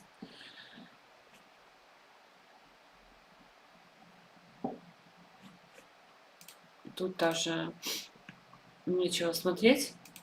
Ну, вот так вот, если кто-то хочет посмотреть, я поставлю вот так. Ой, что-то я начинаю, наверное, уже заболевать, что ли, мне кажется. Не хватало еще весной. Венера здесь неплохо, в принципе, но под аспектом Сатурн все равно какие-то дает ограничения, но в целом Венера здесь неплохо расположена. Она сильная, для этой карты она очень сильная. И если посмотреть, какой у вас идет, то есть насколько вы быстро хотите вообще переехать, сейчас у вас идет период Овна, до какого? До 2030 года. Напишите, пожалуйста, с 2023 года вы переезжали или нет?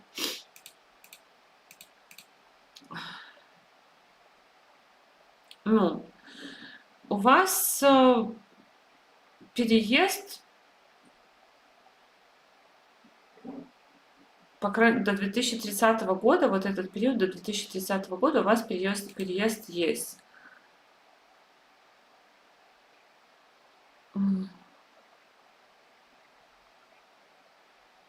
Луна, да, Луна вас будет тянуть обратно.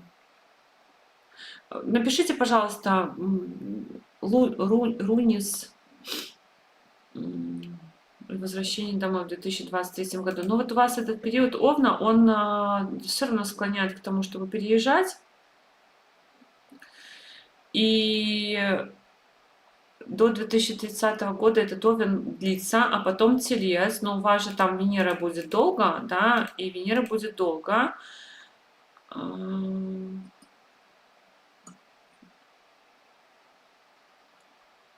Но Телец уже не так склоняет к переездам, как Овен. А Овен склоняет. У вас все равно еще, скорее всего, будет переезд. Ну, потому что Венера, она действительно такая на переезд в D4, поэтому тут нечего даже говорить. У вас...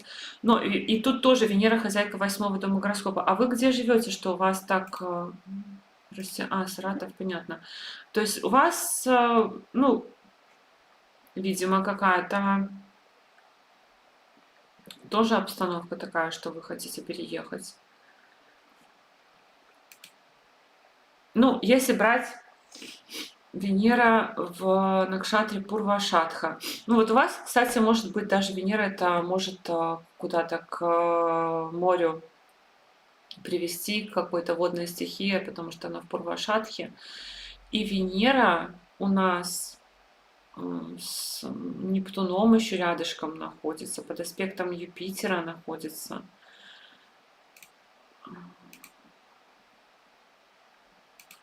Сейчас я вот еще гляну кое-что. Венера.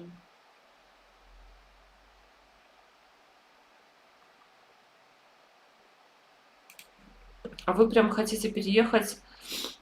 А вы прям хотите переехать и там что, и зарабатывать, или к кому-то переезжаете?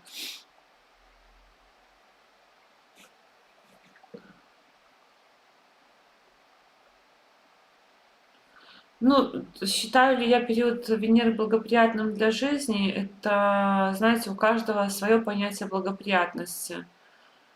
Тоже это такой достаточно абстрактный вопрос.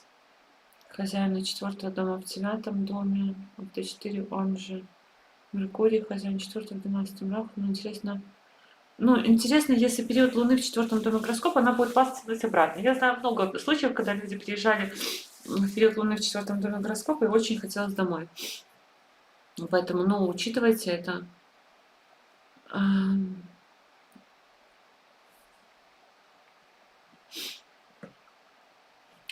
Так у вас, опять вернемся к 92-му году, да, что там Венера, вы так пишете, просто хотела бы самостоятельно, но у вас периоды, в принципе, там Венера.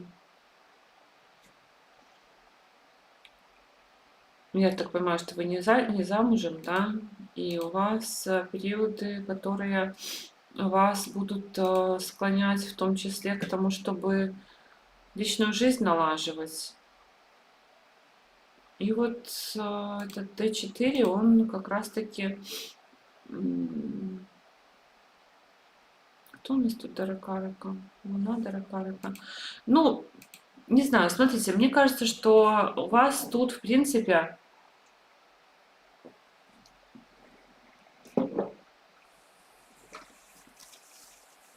спонтанности не занимать по этой Венере, потому что она еще, кстати, с Ураном соединена, и с Нептуном соединена.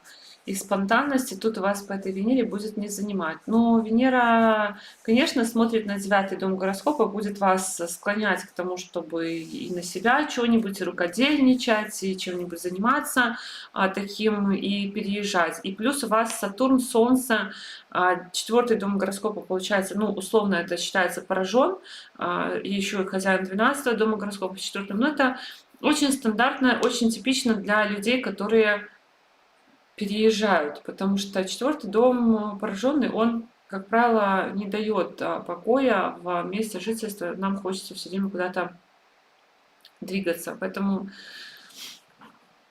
рано или поздно, я думаю, что вы все равно поедете. Хотя вот тут вот у нас в Навамше управитель 4-го дома с Луной тоже вопрос, что надо продумывать, куда вы собираетесь ехать, чтобы потом не скучать.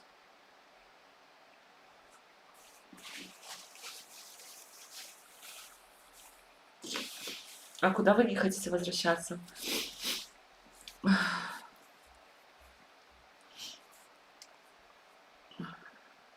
Замужем. Подождите, я уже тут попуталась, кто где. Понятно, кто замужем. Так в таком случае тоже у меня еще вопрос, просто, вы задаете вопрос, я же контекста не знаю. Просто у вас Венера, она, в принципе, то есть Венера, она сама по себе у нас говорит про любовь, отношения, да, но и у вас еще Венера, просто почему я говорю про брачный период, потому что у вас Венера, здесь она смотрит на 9-й дом гороскопа, там она смотрит на 7-й дом гороскопа. Я, конечно, тут сильно прям не погружаюсь, да, но и 9-й, и 7-й дом гороскопа меня наталкивает на мысль, что у вас еще вполне вероятно не закрыты вопросы деторождения. И Венера это, если так навскидку, она может еще дать ребенка. И поэтому тоже, опять же, наверное, для вас это будет тоже какой-то фактор решающий. Просто я так предполагаю, что эта Венера может вполне себе еще у вас таким образом проиграться. Тормозит и звука нет. Все, вопросов больше нет, я так понимаю.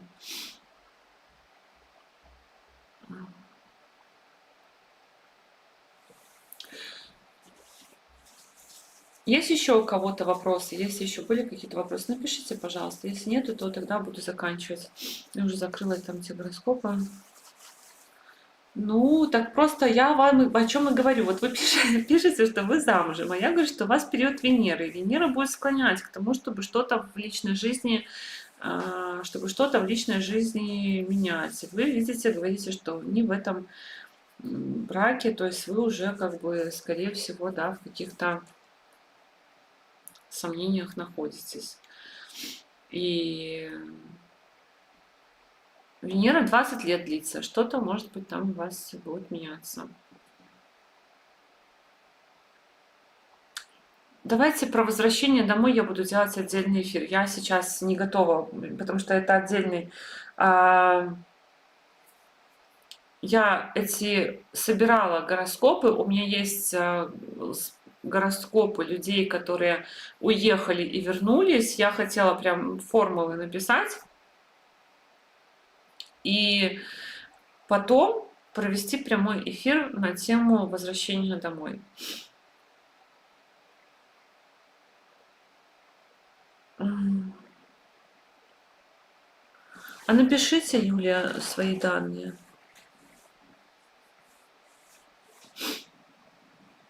Почему Раху Марс период не дал жилье? Может, дал просто сильное желание жилья?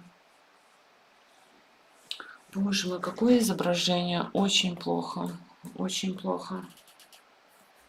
У меня в карте видны ли показатели внезапного переезда? 14.08.1990, 18.18.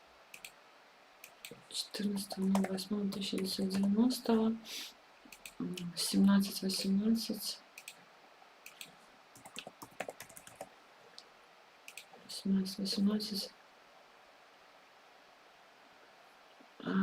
17.18. Запорожье.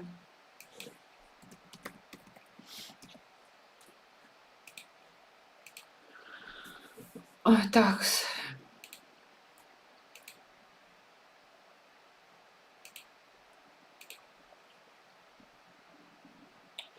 Раху, Марс.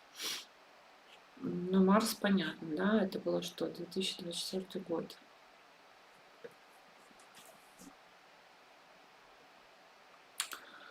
Д4.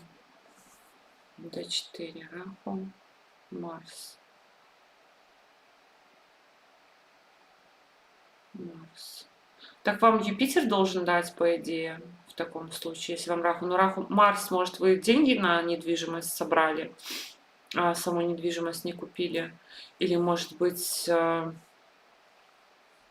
не знаю, что, ну, деньги собирали? Если время... Ну, тут время разбежка не может быть. Давайте посмотрим. Чарадашу, Чарадашу. Раху, Марс. Периоды.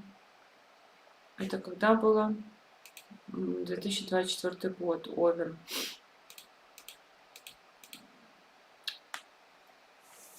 А вы не продавали недвижимость? У вас не было недвижимости какой-то?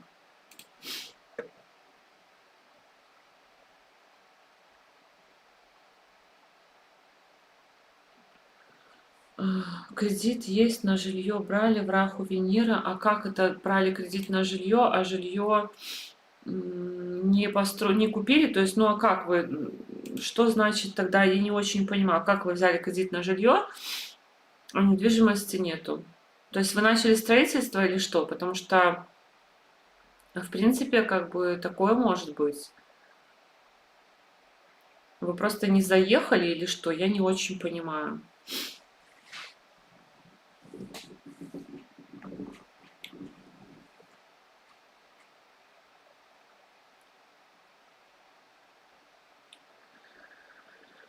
Ой, я не понимаю.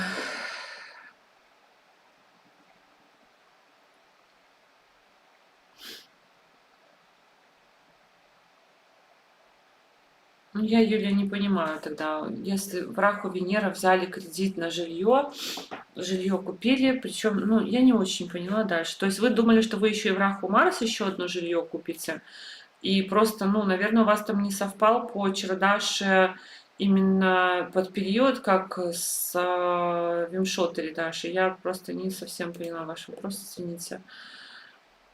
21.07.1970, 07.46, 21.07.1970. Вы там за мной контролируете, 03, 21.03.1970, 07.46, рассказываем, 07.46 минут. Рассказываем.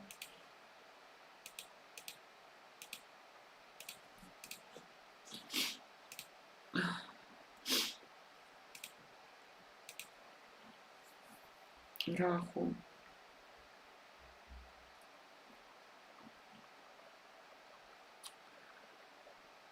Ну, есть вопросик к вашим периодам ближайшим. Ну, не ближайшим даже.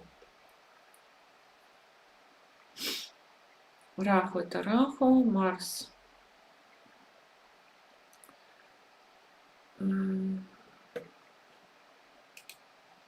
Ну, давайте вот так вот. Раху. Ага.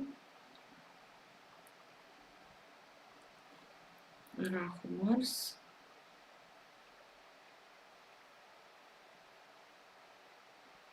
Юпитер у вас будет? Махадаша Юпитера. Вот Махадаша Юпитера вам даст переезд.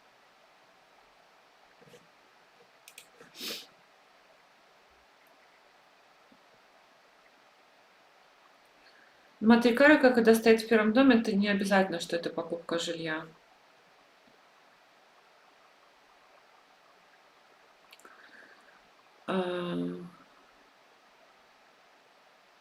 Все, наверное, да? Людмила, вы услышали, я так понимаю, меня, надеюсь.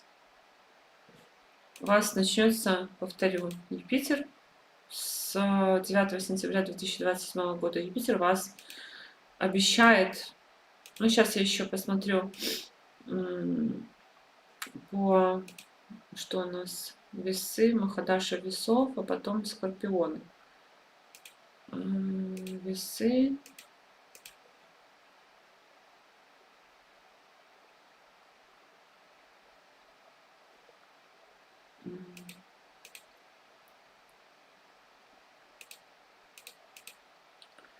Скорпион. Ну, да.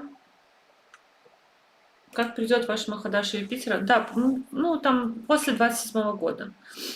После 27 года уедете.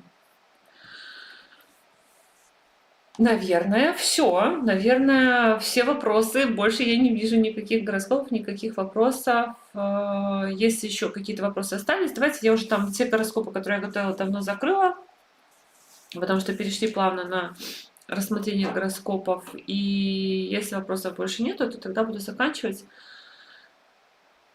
Будем прощаться. Напишите мне что-нибудь.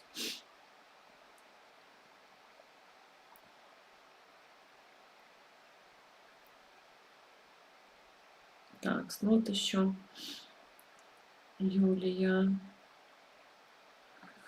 14.05.1979.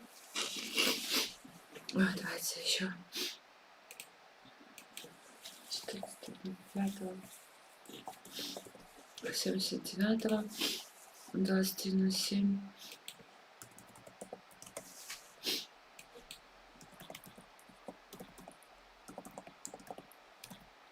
Боже.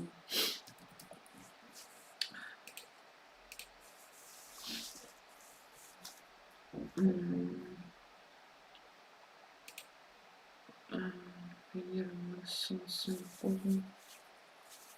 Что Что знакомое такое у меня тут? Раху. Раху.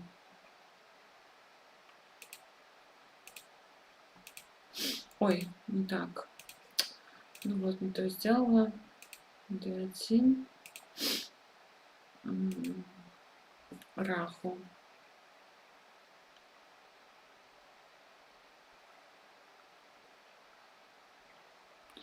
Ну, Раху впереди, который с управителем 4-го дома гороскопа. То бишь, как в 4-м доме. И тут в 7-м доме гороскопа.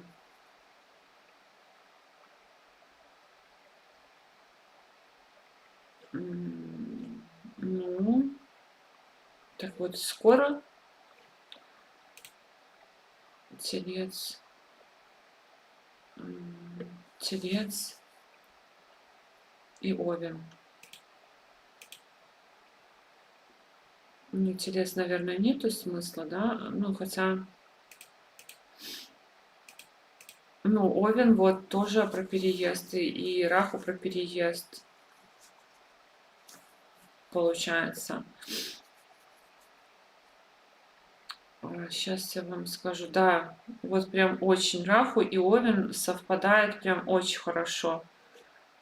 Значит, это тоже будет скоро, через год, начинаются периоды, которые отправляют в путешествие. Но это еще у нас, наверное, не закончится Сатурн. Сейчас Сатурн здесь у нас... вот Сатурн перейдет в 6-й дом гороскопа по транзитам. И тогда Сатурн перейдет в 6-й. Раху у нас будет в 3-м доме гороскопа, Кету в 9-м доме гороскопа. И вот оно все сложится вот так вот примерно. То есть в 27-м году. Людмила, не знаю, почему. Ну, консультации разные. Почему сайт не открывается, не знаю. Напишите в личное сообщение, тогда мне потом, я вам пришлю, напишу. Реальная миграция.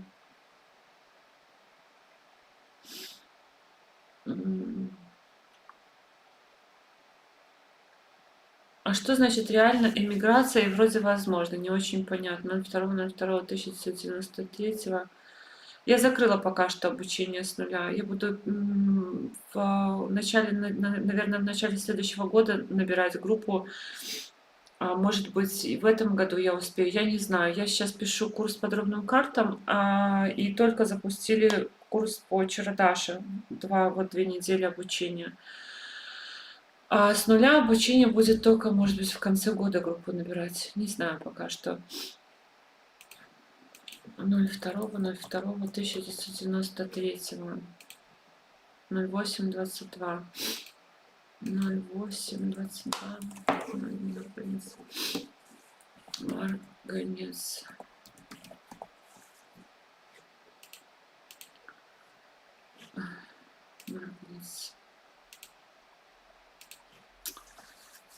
Марганец. Юпитер. Ну, о чем мы с вами сегодня говорили? О том, что у вас Юпитер в 8-м доме гороскопа. Если вы смотрели начало трансляции, я прошу прощения, потому что, ну, реально, что я расклеилась и не хочется шморгать носом на прямом эфире, но, видимо, придется. Значит, о чем мы говорили, да? Юпитер в 8-м доме гороскопа. Но сейчас Юпитер, Сатурн у вас. Сатурн управитель 1-го дома гороскопа в 12-м доме гороскопа. Он в целом может давать какие-то поездки и переезды тоже. Но и закрытие, ну, то есть и сложности какие-то, то есть это могут быть поездки какие-то вынужденные, по необходимости, командировки. А вообще Махадаша Юпитера, большой период Юпитера в 8-м доме гороскопа, он что-то здесь меняет по 4-му дому гороскопа, поэтому переезд вполне себе возможен. Вполне себе возможно, в Накшатре Луны еще. Давайте посмотрим. Здесь тоже Юпитер в 8-м доме гороскопа стоит.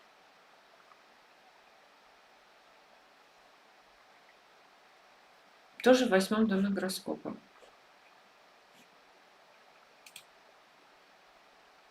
Телец. Лев, Дева. Лев, Дева.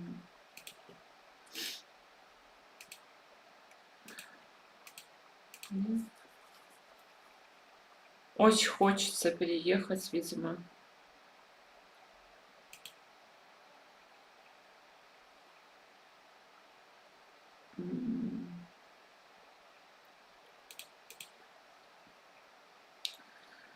Ну, более вероятно, что вы можете переехать вот в эту Махадашу с 3 февраля 28 года по 4 июня 2035 года. То есть после 28 года именно эмиграция, если вас интересует, она может быть более вероятна, она в этот период времени.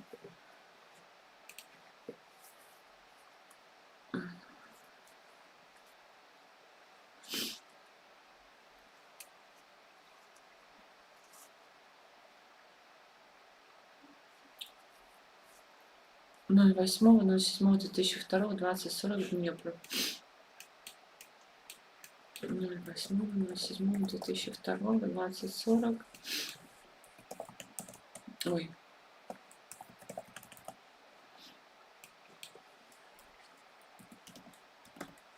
Днепр. Днепр, да, это Днепропетровск, насколько я помню.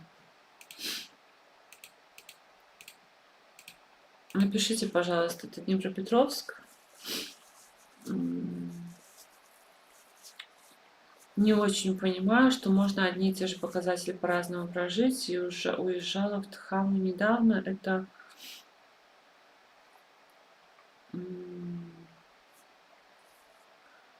что такое Тхама, я не очень понимаю. Может, я отстала от жизни, что-то не знаю, но я не понимаю. Так, что у нас был за вопрос? Это был вопрос... Так у вас Махадаша Юпитера, который... Ну, я уже закрыла карту Остханна. У вас Махадаша Юпитера, который в 8 доме гороскопа. Юпитер в 8 доме гороскопа я вначале рассказывала, я несколько раз говорила про то, что Юпитер в 8 доме гороскопа, он дает переезд. Переезд какой-то у вас все равно будет. 08.07.2002, 20:40. Днепр, когда может быть переезд? Дмитрий, у вас... Вы, получается, по возрасту как мой сын. На год только старше. Вы учитесь сейчас или не учитесь, интересно? Юпитер, Сатурн, Юпитер, Меркурий. Юпитер. А Дмитрий, вы уезжали куда-то в Юпитер уже или нет? Тоже Юпитер, видите, управитель 4-го, 8-го. Вы куда-то уезжали в Юпитер или нет? Сатурн.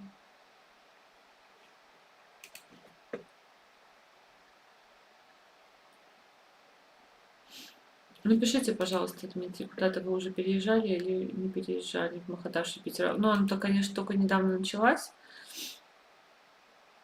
Но видите, как получается у всех Юпитер. Кто сегодня?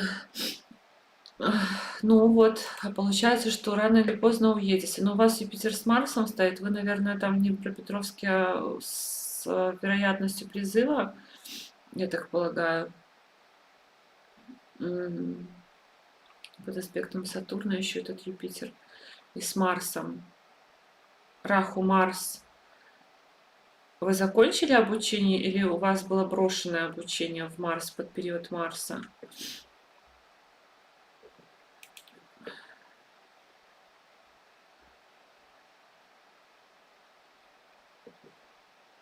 Ладно, потом почитаю тут.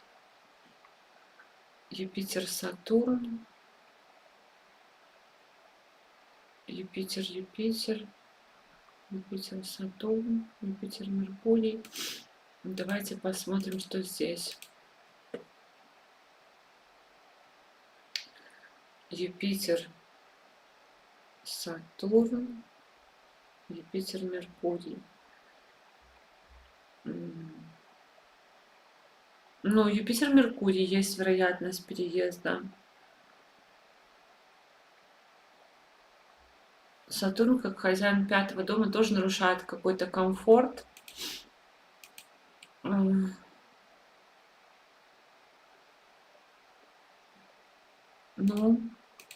вот нужно ваши комментарии, куда вы хотите переезжать.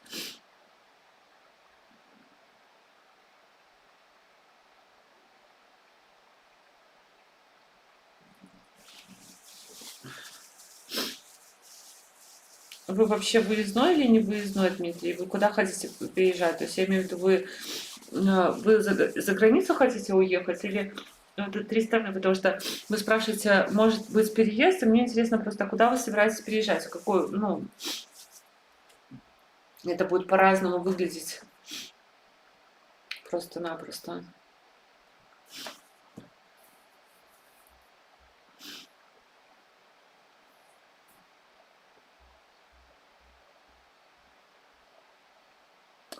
В Азию. Угу. Ну, давайте тогда посмотрим вот так. Весы. Вот так вот я лучше посмотрю. Ой.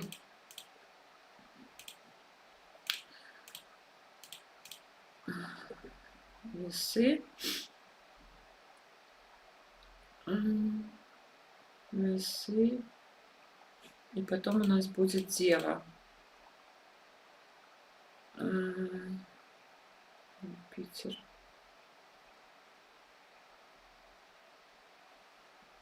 Но... Так, еще раз. Значит, Юпитер Махадаша нам точно обещает переезд. Сатурн под вопросиком. Меркурий может давать какой-то статус. И тут интересно, что Меркурий у нас начинается в январе 28 года, а тут у нас уже будет Дева. Все-таки Дева более вероятная. И что у нас тут? Юпитер с Марсом. Ну, как-то Азия, конечно, не сильно ложится, если честно. То есть переезд-то, конечно, есть, но как-то Азия не сильно ложится. Если вот именно Азия вам нужна, мне кажется, что это на Азию не очень похоже. Но опять же, вы помните, да, что это вот на первый взгляд. А так, сама по себе Махадаша Юпитера, она должна дать такого рода перемены, как переезд. Мне просто интересно, вот сейчас Сатурн, но вы же, наверное, не можете, если вы, ну да, поэтому именно поэтому я и говорю, что Сатурн сейчас у вас под период Сатурна, и он с одной стороны как бы с Раху стоит, Раху иностранец, с другой стороны он в 6-м доме, и он аспектирует этот Марс, который в падении находится, и это с такими сложностями. А Меркурий, который у нас в 28 году, по-моему, когда Меркурий там начинается, сейчас скажу, Меркурий у нас начинается в 28 году. Меркурий, он тут за свободу перемещений. Ну, может быть, конечно, тут уже в конце этого Сатурна, Юпитер, Сатурн, Юпитер, там где-нибудь уже будут возможности на выезд. Но пока что, скорее всего, вот так вот все и останется. В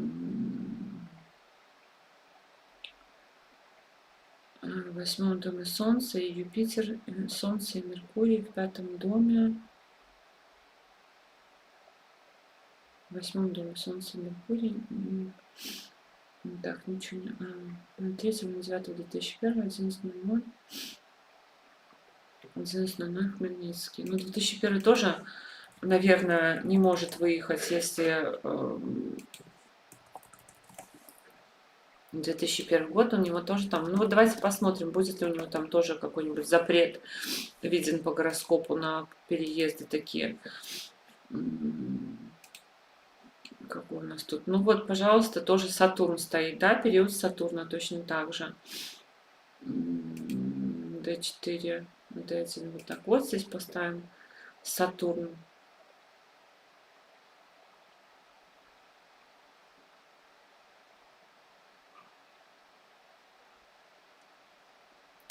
Управитель 4-го, 8-м.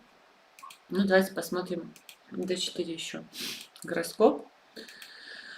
Сатурн, что тут у нас в Скорпионе?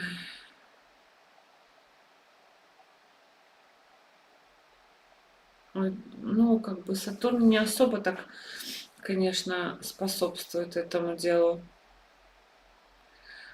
чтобы вот прям совсем, потому что Сатурн вообще йога карака, он управитель 4-го, 5-го дома гороскопа, он держит, ну, он, можно сказать, Сатурн здесь, в принципе, держит дома.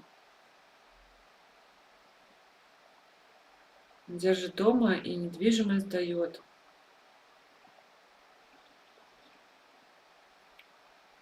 Луна тоже не про переезд. Ну, давайте посмотрим по периоды Водолей, Водолей, Водолей. Тут Водолей, сплошной Водолей. Очень долго. Ну, вот давайте посмотрим Водолей. Что у нас тут с Водолеем? Ой, не хочет уже программа работать.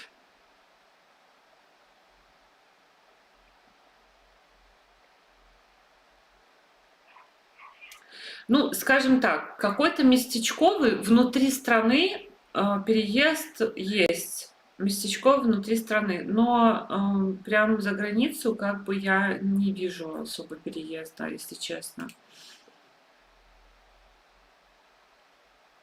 Ну, понятное дело, что он не может, да. И у него как бы гороскоп его держит там, и я сомневаюсь, что он переедет.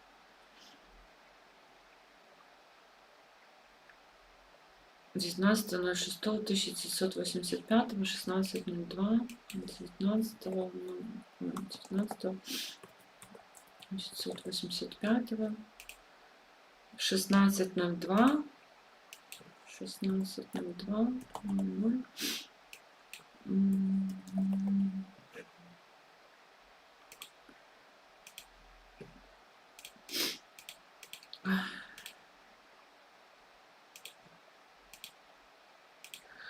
Так, с Меркурий, Меркурий. Про документы сразу. Меркурий в 9-м доме гороскопа. Красивый, с Луной рядышком стоит. Главное, чтобы не в Ардре. В Ардре. Ой, простите. Ладно. D4. Меркурий, Меркурий. Меркурий, Меркурий, в Стрельце, в 3-м доме гороскопа, с Луной, с 10-м управителем. Все прекрасно. Легализуйтесь за границей, все будет отлично. Ну, сейчас еще Чарадашу посмотрим на всякий случай. Но вообще, отлично. Каждый, кому ответила на вопрос, не забудьте, пожалуйста, поставить лайк под прямым эфиром. Потому что потом оказывается, что просмотров 1000, а лайков 500 всего. Так, сейчас я посмотрю еще Чарадашу. Близнецы. Ну, может, поплачете, конечно, но в целом для легализации период отличный. Близнецы. Близнецы. Но тоже близнецы говорят, что поплачете немножко.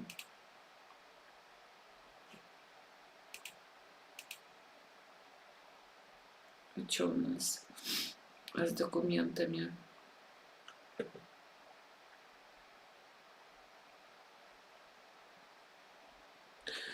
Ой, ну у вас такой, конечно, насыщенный этот период близнецов. Прям очень насыщенный. Меркурий хороший. Солнце тут в первом доме гороскопа. Бхатри Карака у нас в 11 доме гороскопа. Но в целом, я думаю, что легализуетесь вы, нормально все будет.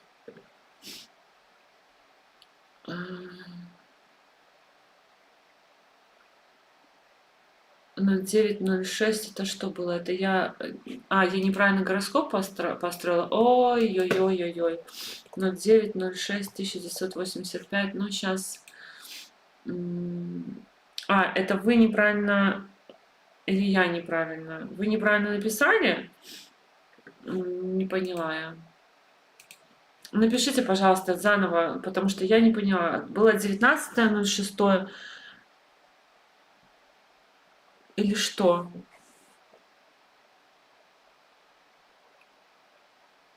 Так, правильно, 09:06:1985. Получается, что мы неправильный гороскоп смотрели.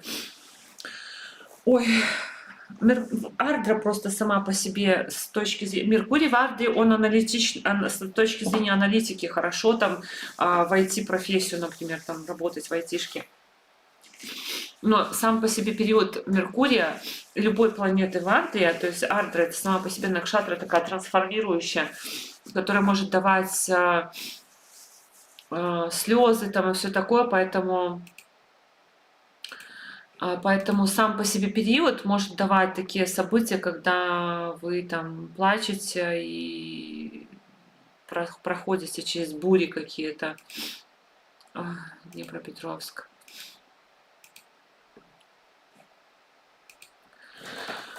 Ой, D1. Такс. Сатурн. А когда у вас легализация? Сейчас или потом? Ну, тоже потом начинается Меркурий в 9 доме гороскопа, в Раджа-йоге, в принципе, в Накшатре Марса. А Марс напрямую указывает управитель 3 дома в 10. Документы, легализация, все эти прочие штучки. Поэтому Меркурий в D4 тоже у нас стоит в 9 доме гороскопа. Под аспектом Юпитера тоже все должно у вас получиться все равно хорошо. Сейчас я посмотрю еще по чердаше, но здесь тоже все очень хорошо. Тут управитель 1 дома с управителем 3 дома гороскопа, документов под аспектом Луны, под аспектом Юпитера. Все прекрасненько у вас с легализацией. И, на всякий случай можно, конечно, посмотреть чердашу, телец.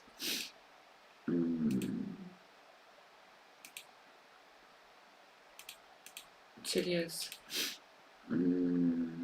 Меркурий, Солнце.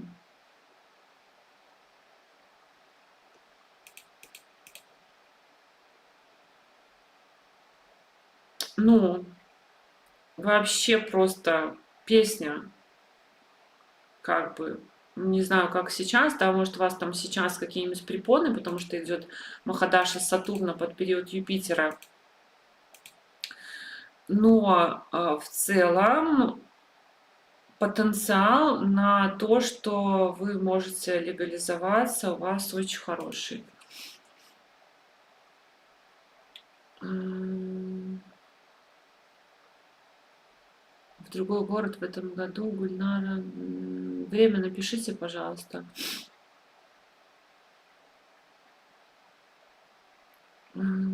Так, что-то тут. В другой город в этом году Гульнара. Вот еще Гульнара. Получит ли муж Татьяна гражданство другой страны 16.10.1970? 16.10.1970. Ой, 1979. 1979. 02:00. А муж выехал уже в другую страну? Вопрос. Или это теоретически чисто? D1, D4. Марс в падении в 12 доме гороскопа Марс, Меркурий, Марс, Сатурн, Марс, Юпитер.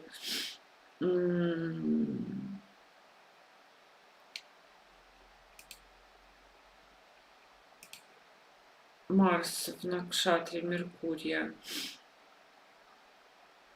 А муж ваш выехал в другую страну, чтобы там, ага, в Турции 4 года. Угу. А,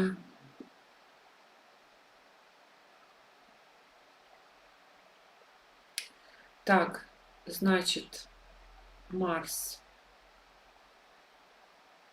в падении, да, это уже как бы вопросик.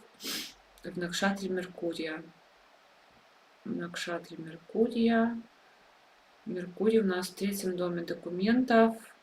Платить за документы, возможно, не просто так, да, а с тем, чтобы платить за документы. D4 Марс. Ну, это просто сейчас Марс, Меркурий, но это же потом еще на скету. А вообще здесь в D4 Марс. Но в D4 Марс прям силач. Силач с Венерой. Ну, рано или поздно он, конечно, их даст, эти документы. Может быть, даже, кстати, в Марс, Венера он даст эти документы.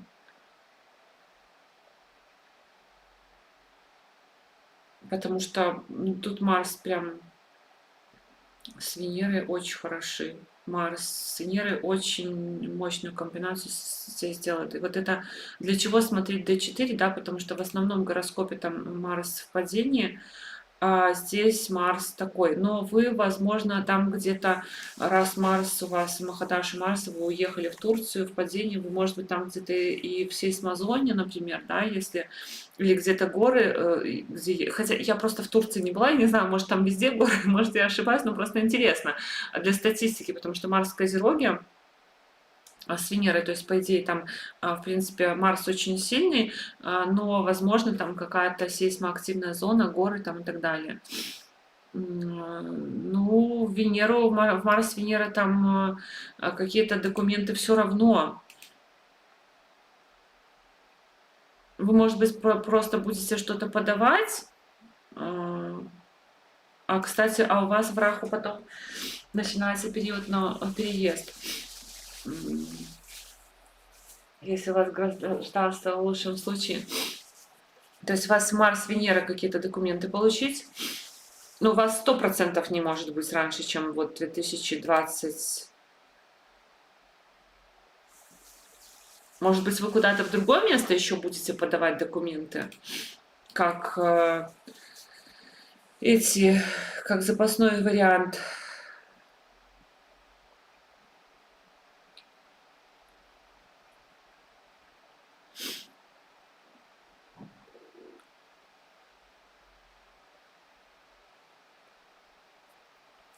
Потому что Марс, Венера, они точно про какие-то бюрократические моменты.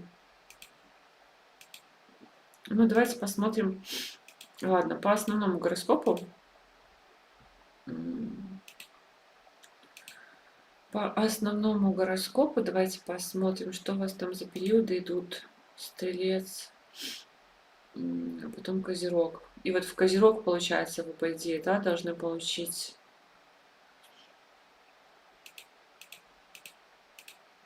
Ну, в Стрелец, да, в Стрелец у нас тут Кету в третьем доме гороскопа стоит и управляет третьим домом гороскопа Сатурн, и тут рядышком Юпитер в Гнате Карака. Да, да, с документами в Стрелец до конца сложно. Здесь потом у нас... Ну, а потом получит, скорее всего. Хотя тут тоже... Ну, то есть, судя по гороскопу, у вас, скорее всего, какой-то может быть запасной вариант. Да, какой-то запасной вариант. То есть не просто там каким-то путем, которым вы сейчас решаете, у вас, скорее всего, не очень хорошо получится. У вас какой-то запасной вариант. То есть Какие-то есть запасные варианты, то есть в конце концов это сделается, но с какими-то обходными путями, не просто там пошел подал, судя по Чародаше. Но, в принципе, получится. А как, это уже другой вопрос. 04.05.1972, 00:31, Уфа, 04.05.1972, 00:31:00, Уфа. Так, сразу за мной, пожалуйста, когда я строю гороскопы, проверяйте, чтобы я там не накосячила, потому что потом будет неправильный результат. Ой, только начало периода Юпитера в первом доме гороскопа.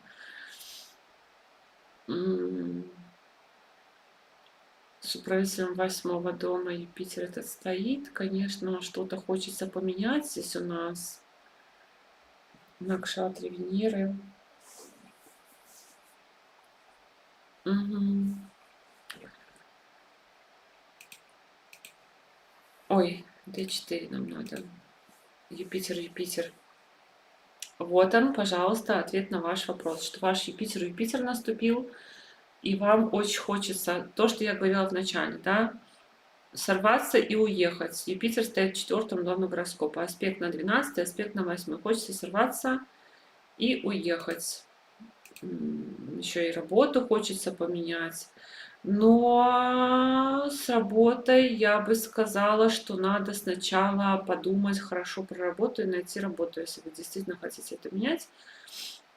Подумать хорошо, потому что Юпитер больше склоняет либо работать из дома, либо какой-то фриланс, либо какой-то отдых от работы. То есть может быть такое, что если вы уезжаете в пустоту, что работу будет сложно найти.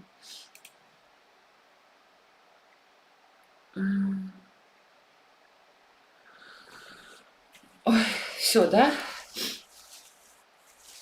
Дмитрий, как понять Европа, Азия, Америка, куда хорошо, это я вам не расскажу, это моя личная по ситуации, по рассмотрению карты по вашему гороскопу, мои личные мысли были, что это на Азию не очень похоже по вашему гороскопу. Вот и все. Ну, это синтез, это не то, что там какой-то отдельный показатель.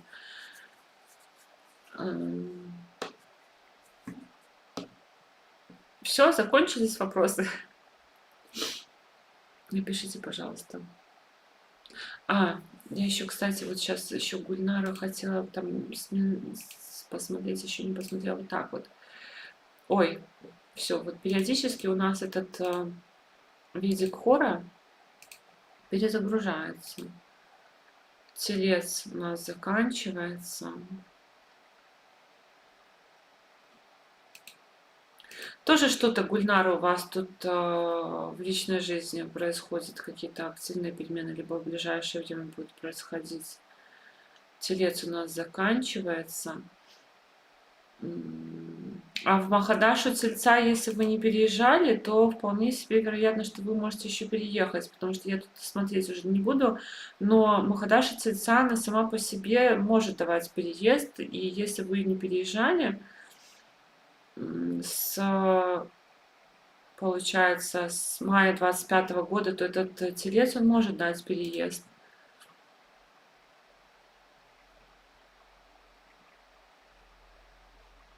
Все. Вот я на счету посмотрю. Ну, и Овен тоже, кстати. Кету стоит в 4-м доме гороскопа. Вполне себя. Но надо с работы, и сразу вам Гульнара сказала, чтобы вы, ну, может быть, у мужа там какие-то перемены, потому что Юпитер аспектирует еще и 4-й дом, и 7-й дом гороскопа, то есть это может быть у мужа в работе какие-то могут быть перемены в первую очередь. Потому что вот эта Махадаша, которая у вас началась с Юпитера, она может мужа в работе переносить перемены. Ну и вместе жительства тоже. То есть у вас в целом не первый, ну, вопрос по месту жительства, он будет подниматься, потому что пришла Махадаша, управителя 4-го дома недвижимости и транспорта. Все. Все, я уже, даже если вы напишете, больше уже ни один гороскоп не посмотрю, наверное, потому что я уже понимаю, что все. Я уже сижу в такой немножко уже не понимаю, на каком свете я нахожусь. И очень интересный сегодня, конечно, был формат. Я надеюсь, что все понимаете, да, что я там строила гороскопы, и вы, если вдруг будете там смотреть в эфире, эфир запись, если вы будете смотреть, что я там могла где-то ошибаться, надо было уже... Марии, все, я уже сказала, что все, не буду больше, все, хватит. Я устала немножко, ну, просто нос не дышит, мне неудобно, неловко перед вами, что я сижу шморгом, мне не дышит уже нос. И я не ожидала то ли пыльца, то ли что. В общем, спасибо вам большое. Тему эту прям всем зашла. Тема с переездами, она прям очень острая, очень горячая и в последнее время, и последние дни. И соберусь как-нибудь там, поанализирую, и мы, наверное, соберемся на то, что посмотрим именно на возвращение гороскопы, то есть посмотрим, какие вот есть формулы на то, чтобы возвращаться, и как посмотреть в гороскопе, когда возвращаешься. Но уже сегодня все. Все, мои хорошие, спасибо вам, что вы здесь были на эфире. Пожалуйста, не забудьте поставить лайки, потому что это очень сильно мне помогает. Канал просто в последний год, там 1,5 года, YouTube просто его запихивает в самый дальний угол, и мне очень важна ваша активность, чтобы канал рос и развивался, потому что иногда я поражаюсь тому, как все стало немножко тормозить. Все, завершаю эфир. Всем хорошего вечера, всем приятных снов, кто будет ложиться спать. До свидания.